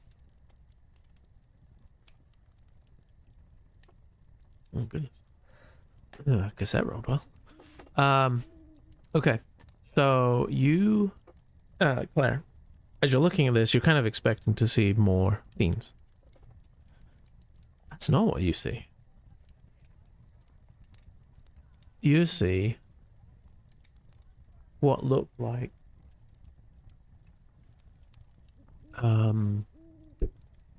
angelic faces. You see these beautiful, picturesque faces. Still crying. And there's one prominently placed similarly to how on the other side there's the demon prince. But on this side, you don't recognize the face immediately.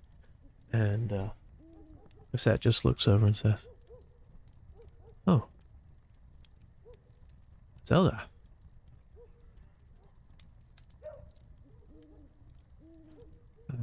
Pretty sure of it. And I mean, you would know from conversations and so on that Eldath is Cassette's deity to whom they are sworn. And again, even Eldath's face, you can see tears have been sort of carved onto the face. And so yeah, you have upstream, the upstream side of the bridge is these sort of angelic divine faces, and then downstream, heading towards the city, are the faces of the fiends.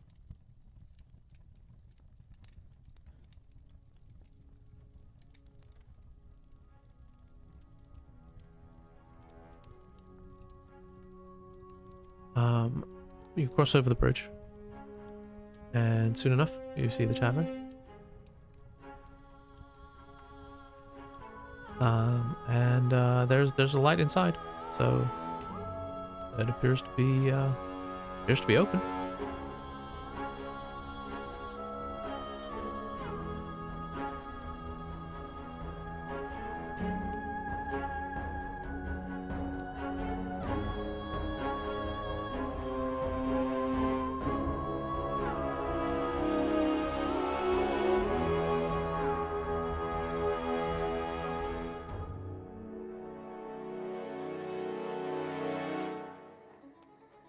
Yes, you come up to this little rundown looking tavern.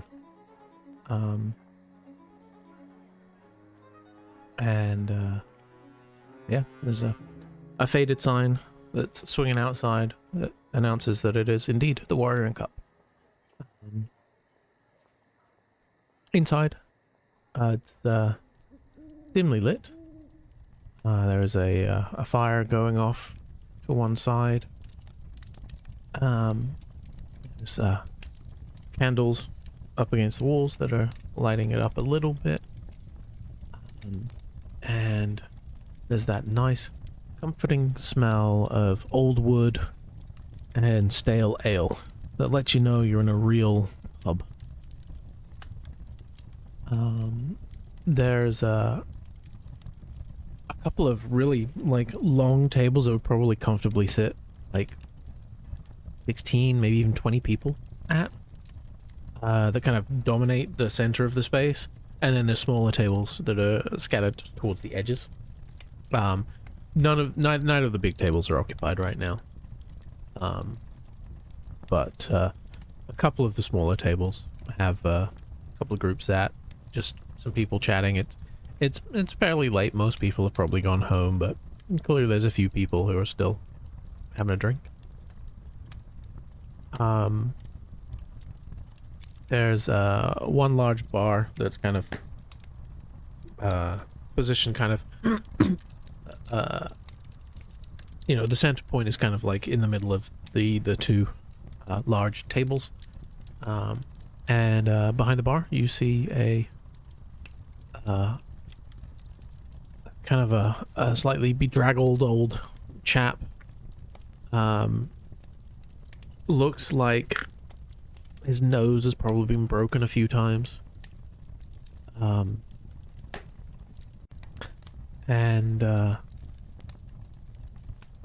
Yeah, he's got sort of like slightly shaggy, long grey hair.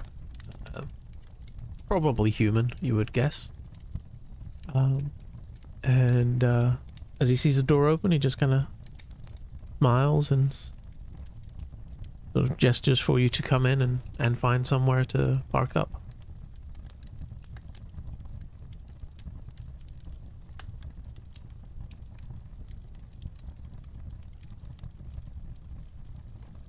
I would Feels like find a this place is- to sit. I was going to say, I feel like this is Bardo's area of expertise, but I'll follow Smokey. Same. I'm pleased to have Alrighty, somebody you- else in the party who knows what they're doing. Are you are you going for one of the big tables, or are you gonna try and find one of the smaller ones? I'd probably try to find one of the smaller ones. No problem. Do you want fireside or not fireside? Fireside. Okay. Yep, there's one. It's sort of like crammed in the corner a little bit. And as you're looking at it, there's definitely more people. There's like 2 occupied tables on the fireside and 1 occupied table on the non-fire side. But, again, it's small groups just kind of having a little natter over their cups. And as you kind of head over to the table, barman comes over and says, "Hey, hello. What can I get for you, fine people, this evening?"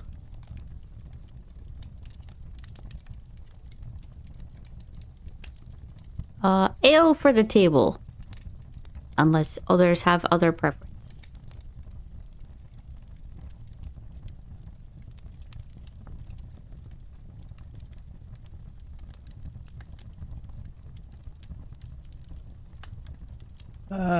Does anyone have another preference, by any chance?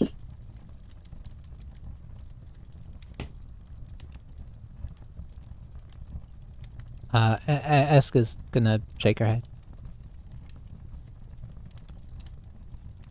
Very good. Anything to eat? A little chilly out there. What do you have on offer? Well, I have actually timed it quite well. Tonight I was able to put on a rather good. We have some roast pheasants, and I have a roast stew. And of course, some of the finest made crusty goblin bread you'll find anywhere. I will have some pheasant. Very good, very good.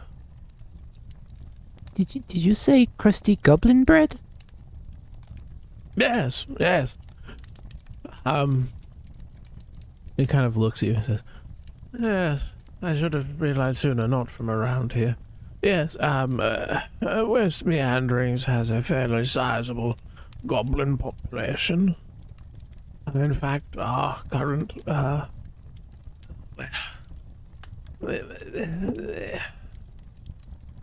we don't have a proper term for our leader as sort of, we don't have like a mayor or anything like that, but our current leader, for want of a better word, is Rilthway, a goblin ironmonger, actually. She's was elected a while ago and has been doing a very good job of keeping the city in good order.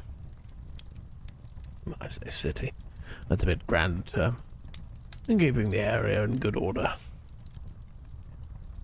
Huh. But yes, there's a goblin baker just down the road who makes the most excellent loaves. I guess some pheasant and bread?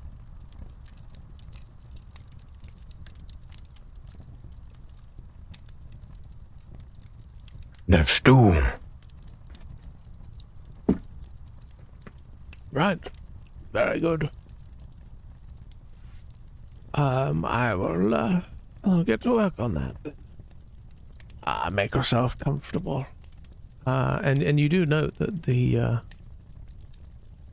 seats are actually slightly padded.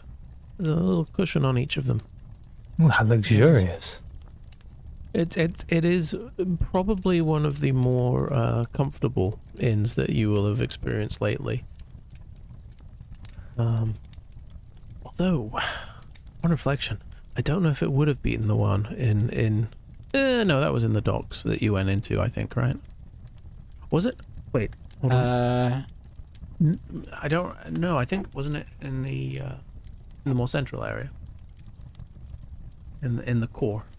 In which case, that probably would have been nicer than this. It had shields on it.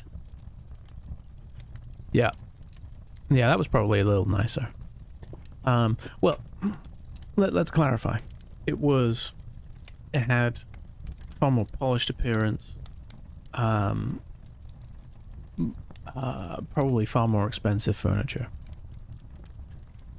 However, Warrior in the Cup is homey and cozy and comfortable.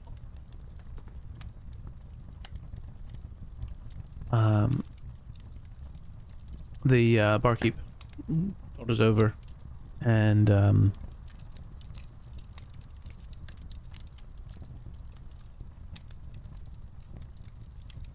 gets to work on drinks and disappears through a door out back for a little bit, and you have a little time to talk if you wish.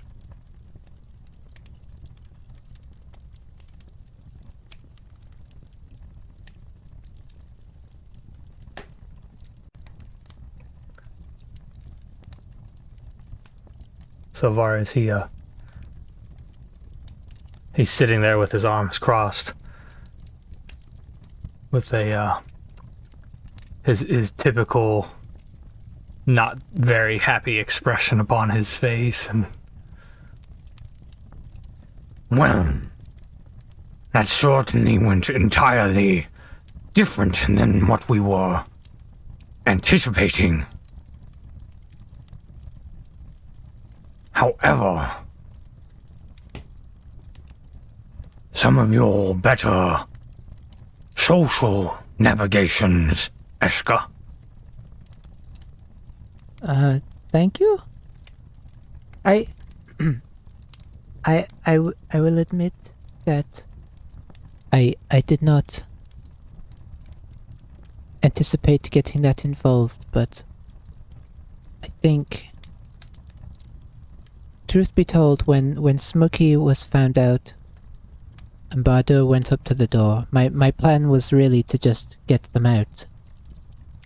But as I heard them talk, it clicked my mind and I thought, well, maybe these people are meeting in secret because they too have a dislike of what is happening in there, and you know, sort of the enemy of my enemy is my friend. Sorry, I had to think about that.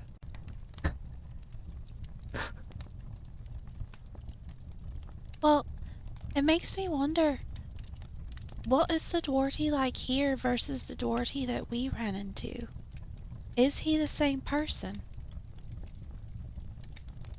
That is a very interesting question, because if he is the potentate, they do not like him. It's right. It makes them sound evil. He seemed Is he the seemed potentate, desperate though? when we've. I don't know. That's what. Isn't that the information we got from the Fulrus Silvarius? On record, certainly. Well, they seem to imply that the potentate is almost mythical. Like, they're not seen.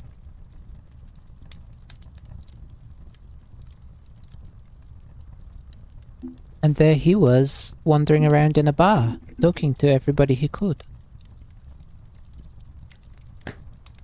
Very, very odd. Who is this Duarte? Exactly. We don't even really know. What do you know of the politics of the island, Smokey? What do I know, God? Just looks up at the sky. Interesting question. Let's think. Mhm. You would know of the potentate as a theoretical concept, in the Okay. same way that people know that Queen Elizabeth was the queen and now it's Charles. Right. And this is somebody I wouldn't have seen. No. Okay. But Would just- he know the okay. name? He would know the name potentate. Okay.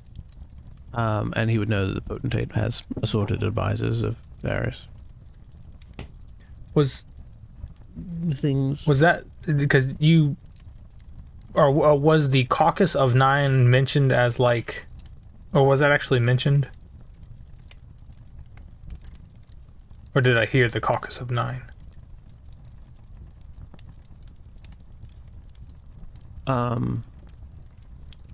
Certainly, I think I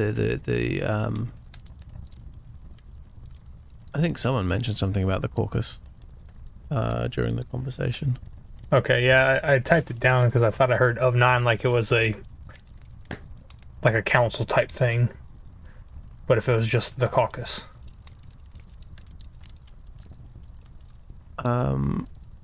Yeah, I mean, I think.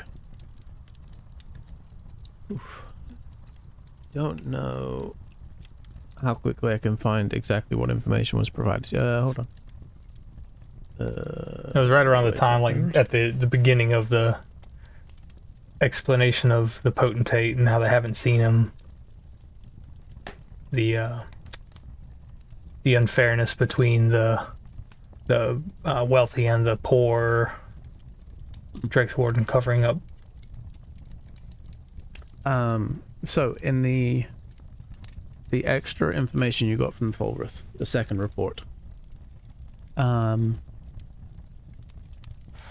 they said that he is not often found in public, having established residences along the Gulf of Lurian coast, most predominantly in Drakesburg, where he serves on the advisory committee to the potentate along with others. Ah. And the committee itself is mostly secretive and few members are publicly known to serve, with their actual number also unclear. That is a big difference. Yeah. So maybe we are still allowed to be okay with Duarte. Yes.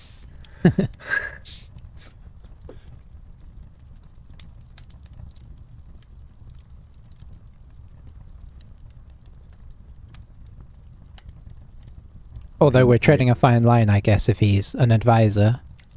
Well, maybe Yeah. he knew something was bad going on and he didn't feel good about it, so he was trying to stop it in his own weird way.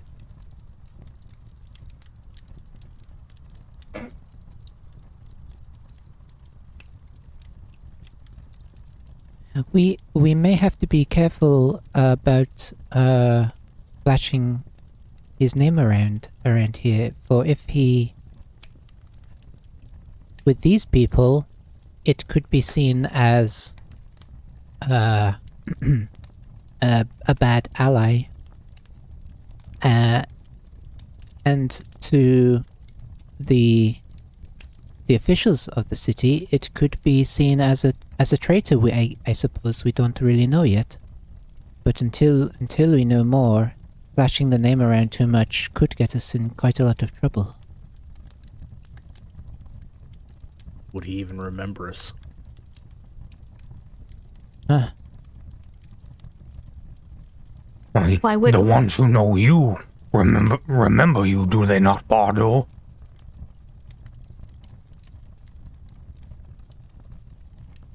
So far, seems that way, yeah. So there is an element of possibility. However, he was directly involved, as we were. I would say it's not so much about remembering us, but about the event. What is the event? Smokey says as he does air quotes. Oh, that would look really cute with paws. You know how Eska just has a look round to make sure nobody's paying close attention to us. Give me a perception check.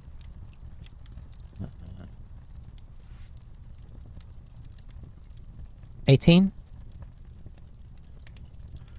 You feel pretty sure that the table that's closest to you are pretty tied up in their own conversation, and the table that's slightly further away, that's kind of on your side of the room, they're playing some sort of card game and seem basically oblivious to your existence. So you know how we told you that certain places did not exist for us? Yes. The event is when they started to exist for us. A few weeks ago. Like Drakesburg, you say, suddenly appearing for you? Yes. Exactly. And this person that we don't want to say their name was a part of it? Let's call him he who shall not be named. Something less conspicuous like Darty. Darty, yes. No one yes. can make that connection. It was he who shielded us from the event, perhaps, or caused the event. Honestly, it was all a bit of a blur, quite literally.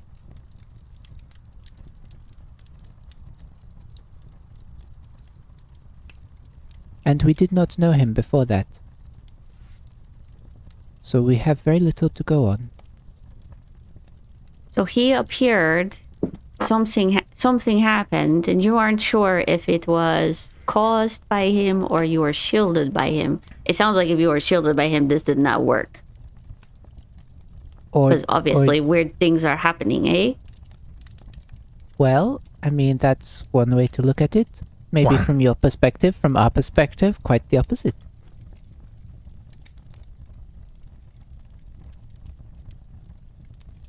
He did not want us to be part of whatever was happening at large. Whether that involves some form of alteration of memory or personality, we came through with every bit that we knew from before. The world, however, was changed. That seems a very big spell. Somebody who can alter the memories of everybody in the world except for you. Are you suggesting that he changed just our memories? Well, Because, I mean, It that would seems a make a bit lot of more- sense. that seems more viable.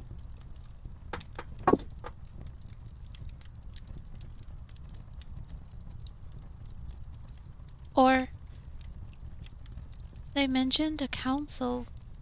Did he shield us from the magic of maybe more than one person? Maybe a joint spell? It did sound like the council was deeply magical. And very powerful. Phil, Hello. as we recall, did the light come from, like, did the giant bright light,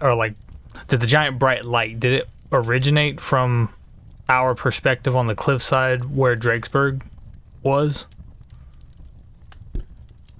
Oh, goodness. Or was it just kind of like everything getting brighter? Yes, option B. Okay, so there's no orientation. Yeah, I don't believe there was any orientation. It felt like we kind of blacked out, but the opposite. We wiped whited it out. Yeah. This giant brush came down from the sky and just bloop.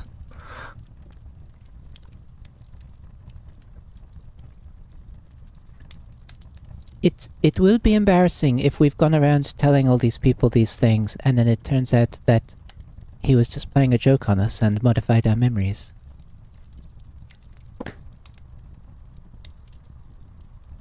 This seems a very bad joke. And for what reason? Yes, that is true. It is part of our sounds- reasoning for wanting to find him. We have much more to discover. So you have lost him? Or Yes, has he he was not- disappeared? He was not there anymore. Interesting. Because No. Cosette pipes up and just says, while it's true that he could have altered our memories, that does not account for Tholas and Teta. And it doesn't account for the kobolds underneath with their different prophecy books.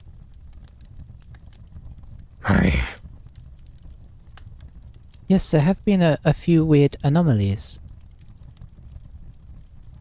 Where it seems that others are not affected in the same way that you are, and it's not just you. Maybe. I see. Certainly there are anomalies that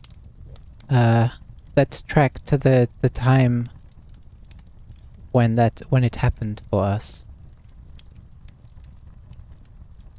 As if there was some event that took place and some were just spared from it or split from it. We still don't really know anything. It seems quite drastic and maybe even, expanding through the world. This is a big deal. Something large is at play.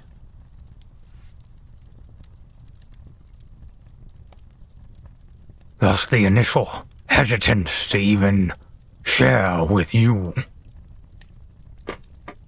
I see. Yes, if we tell the wrong person and they are somehow wrapped up in whatever has happened, there's every chance that they will just see us as a threat to that and remove us.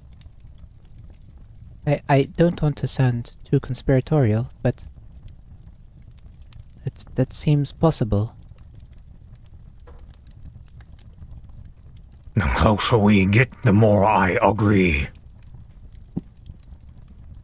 We try to find line between needing to find allies who can help us dig deeper and needing not to run into the wrong people. Yes, I understand. Perhaps what you all are seeking could also help me with what I am seeking. If only you would tell us what it was. Well, perhaps now would be the time. So, I am currently trying to figure out what has befallen my clan. It seems that many have fallen ill, and I believe that there was some sort of curse placed. But I am not sure. And when I went to try and investigate, everybody turned on me. So I had to leave quickly. But I feel that whatever curse was placed on the clan, they've all is affecting everybody, and they all turned on me. So I'm trying to figure out what has happened and how to resolve it so that everybody goes back to normal, because nobody's acting like themselves.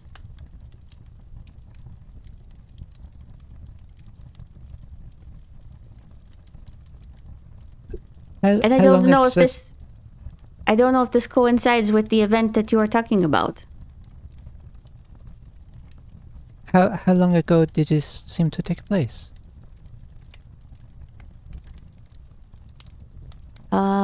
I don't know. I haven't thought that part through. It's been some time. Bill, would these events have coincided? Or would they be separate? I would think that would be separate. Okay.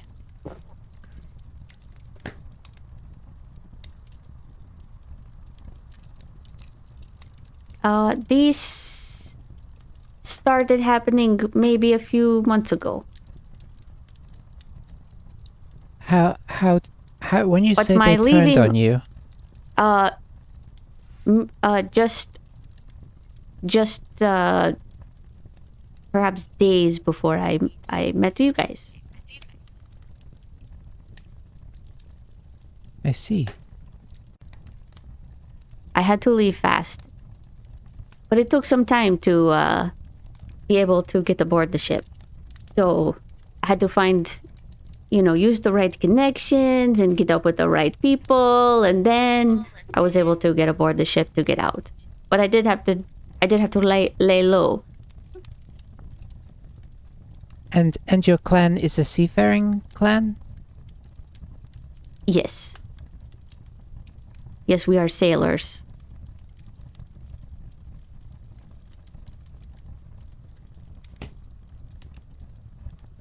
We mostly stick to the coast and don't travel too far inland.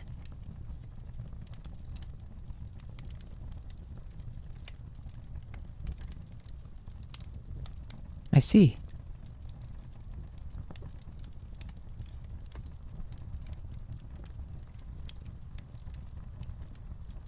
Well, I'm not going to lie, you have found your way into quite a larger predicament than you were already in. Yes. And now you have agreed to help us with this task if we are to take it on.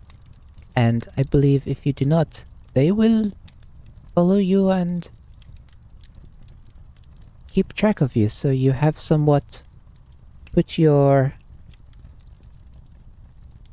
there's probably a phrase here that would make sense. But you've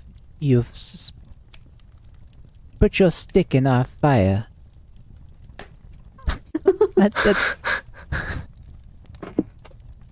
That's what we moon elves like to say.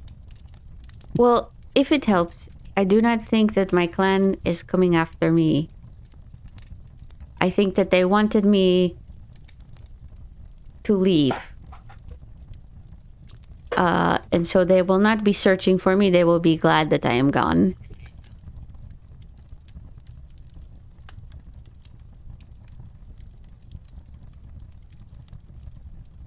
I have not heard of a curse as such. However,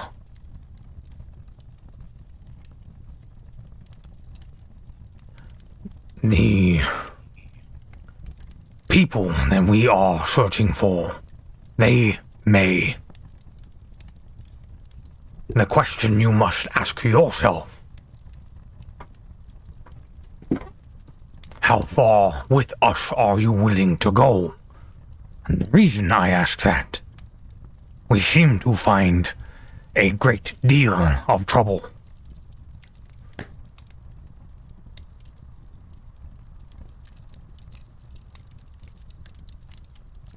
Well, don't think I can answer how long, or how far I can go, because obviously I am trying to find answers for myself. But I am hoping that our goals will come together. If nothing else, as you have already seen in the day you've spent with us, we do run into a lot of interesting people. And perhaps answers will be out there with those we come across. This is my hope. But also, this seems a bigger problem than even what I was expecting. So, this could also be affecting my world and my life.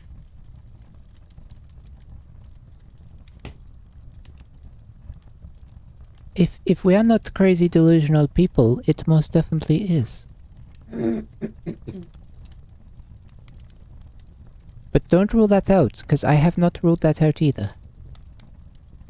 Tavares pipes up. I am not crazy or delusional. Are we outside the zone of truth now?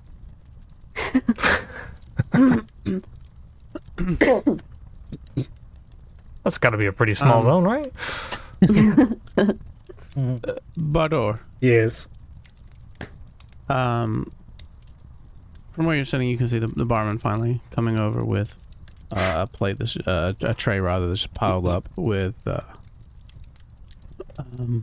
large amounts of like a bowls of stew and just a whole roast pheasant, and you can see another bowl that's piled high with little rolls.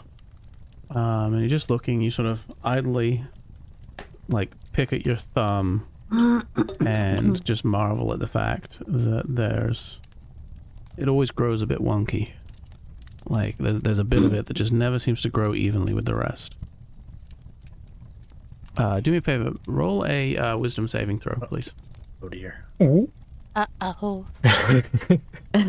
Oh no. Oh no. Oh no, no, no, no, no. Oh dear. Let's see. Lie. Yeah, right. Let's see. I rolled a 3. Uh-oh. We said lie. Oh, yeah, I know, right? Oh, that's a good joke, James. What'd you really roll? Yeah. Yeah, You got a Modifier. +2 modifier. I do. So if this was a very, very easy one to beat. So Oh, yeah, you do total get +2 from Cosette as well. from Cosette. Yep. Hey, Okay. nice. Yep. 7. 7. Okay. Cool. Killing it. All right. Great. Thanks. And that's where we're in tonight's session. Oh no. Oh, God. But something about that damn fingernail again. Oh, Mmm. it's Alright. It's. Did it start hurting at the time when Smokey's talking about this because there's a relation between the two? So, but it was when I noticed like the stuff coming over, right? Yep. maybe it's just Oh. disdain for goblin bread. That could be it. Well, I mean, I was, he was, yeah. It was like, It's like goblin this smells bread. green. I was like, I'm not gonna eat this crap. It's crusty goblin bread. Herb. Exactly. That does need to be his phrase now if he's got to wander off. Herb. Yeah.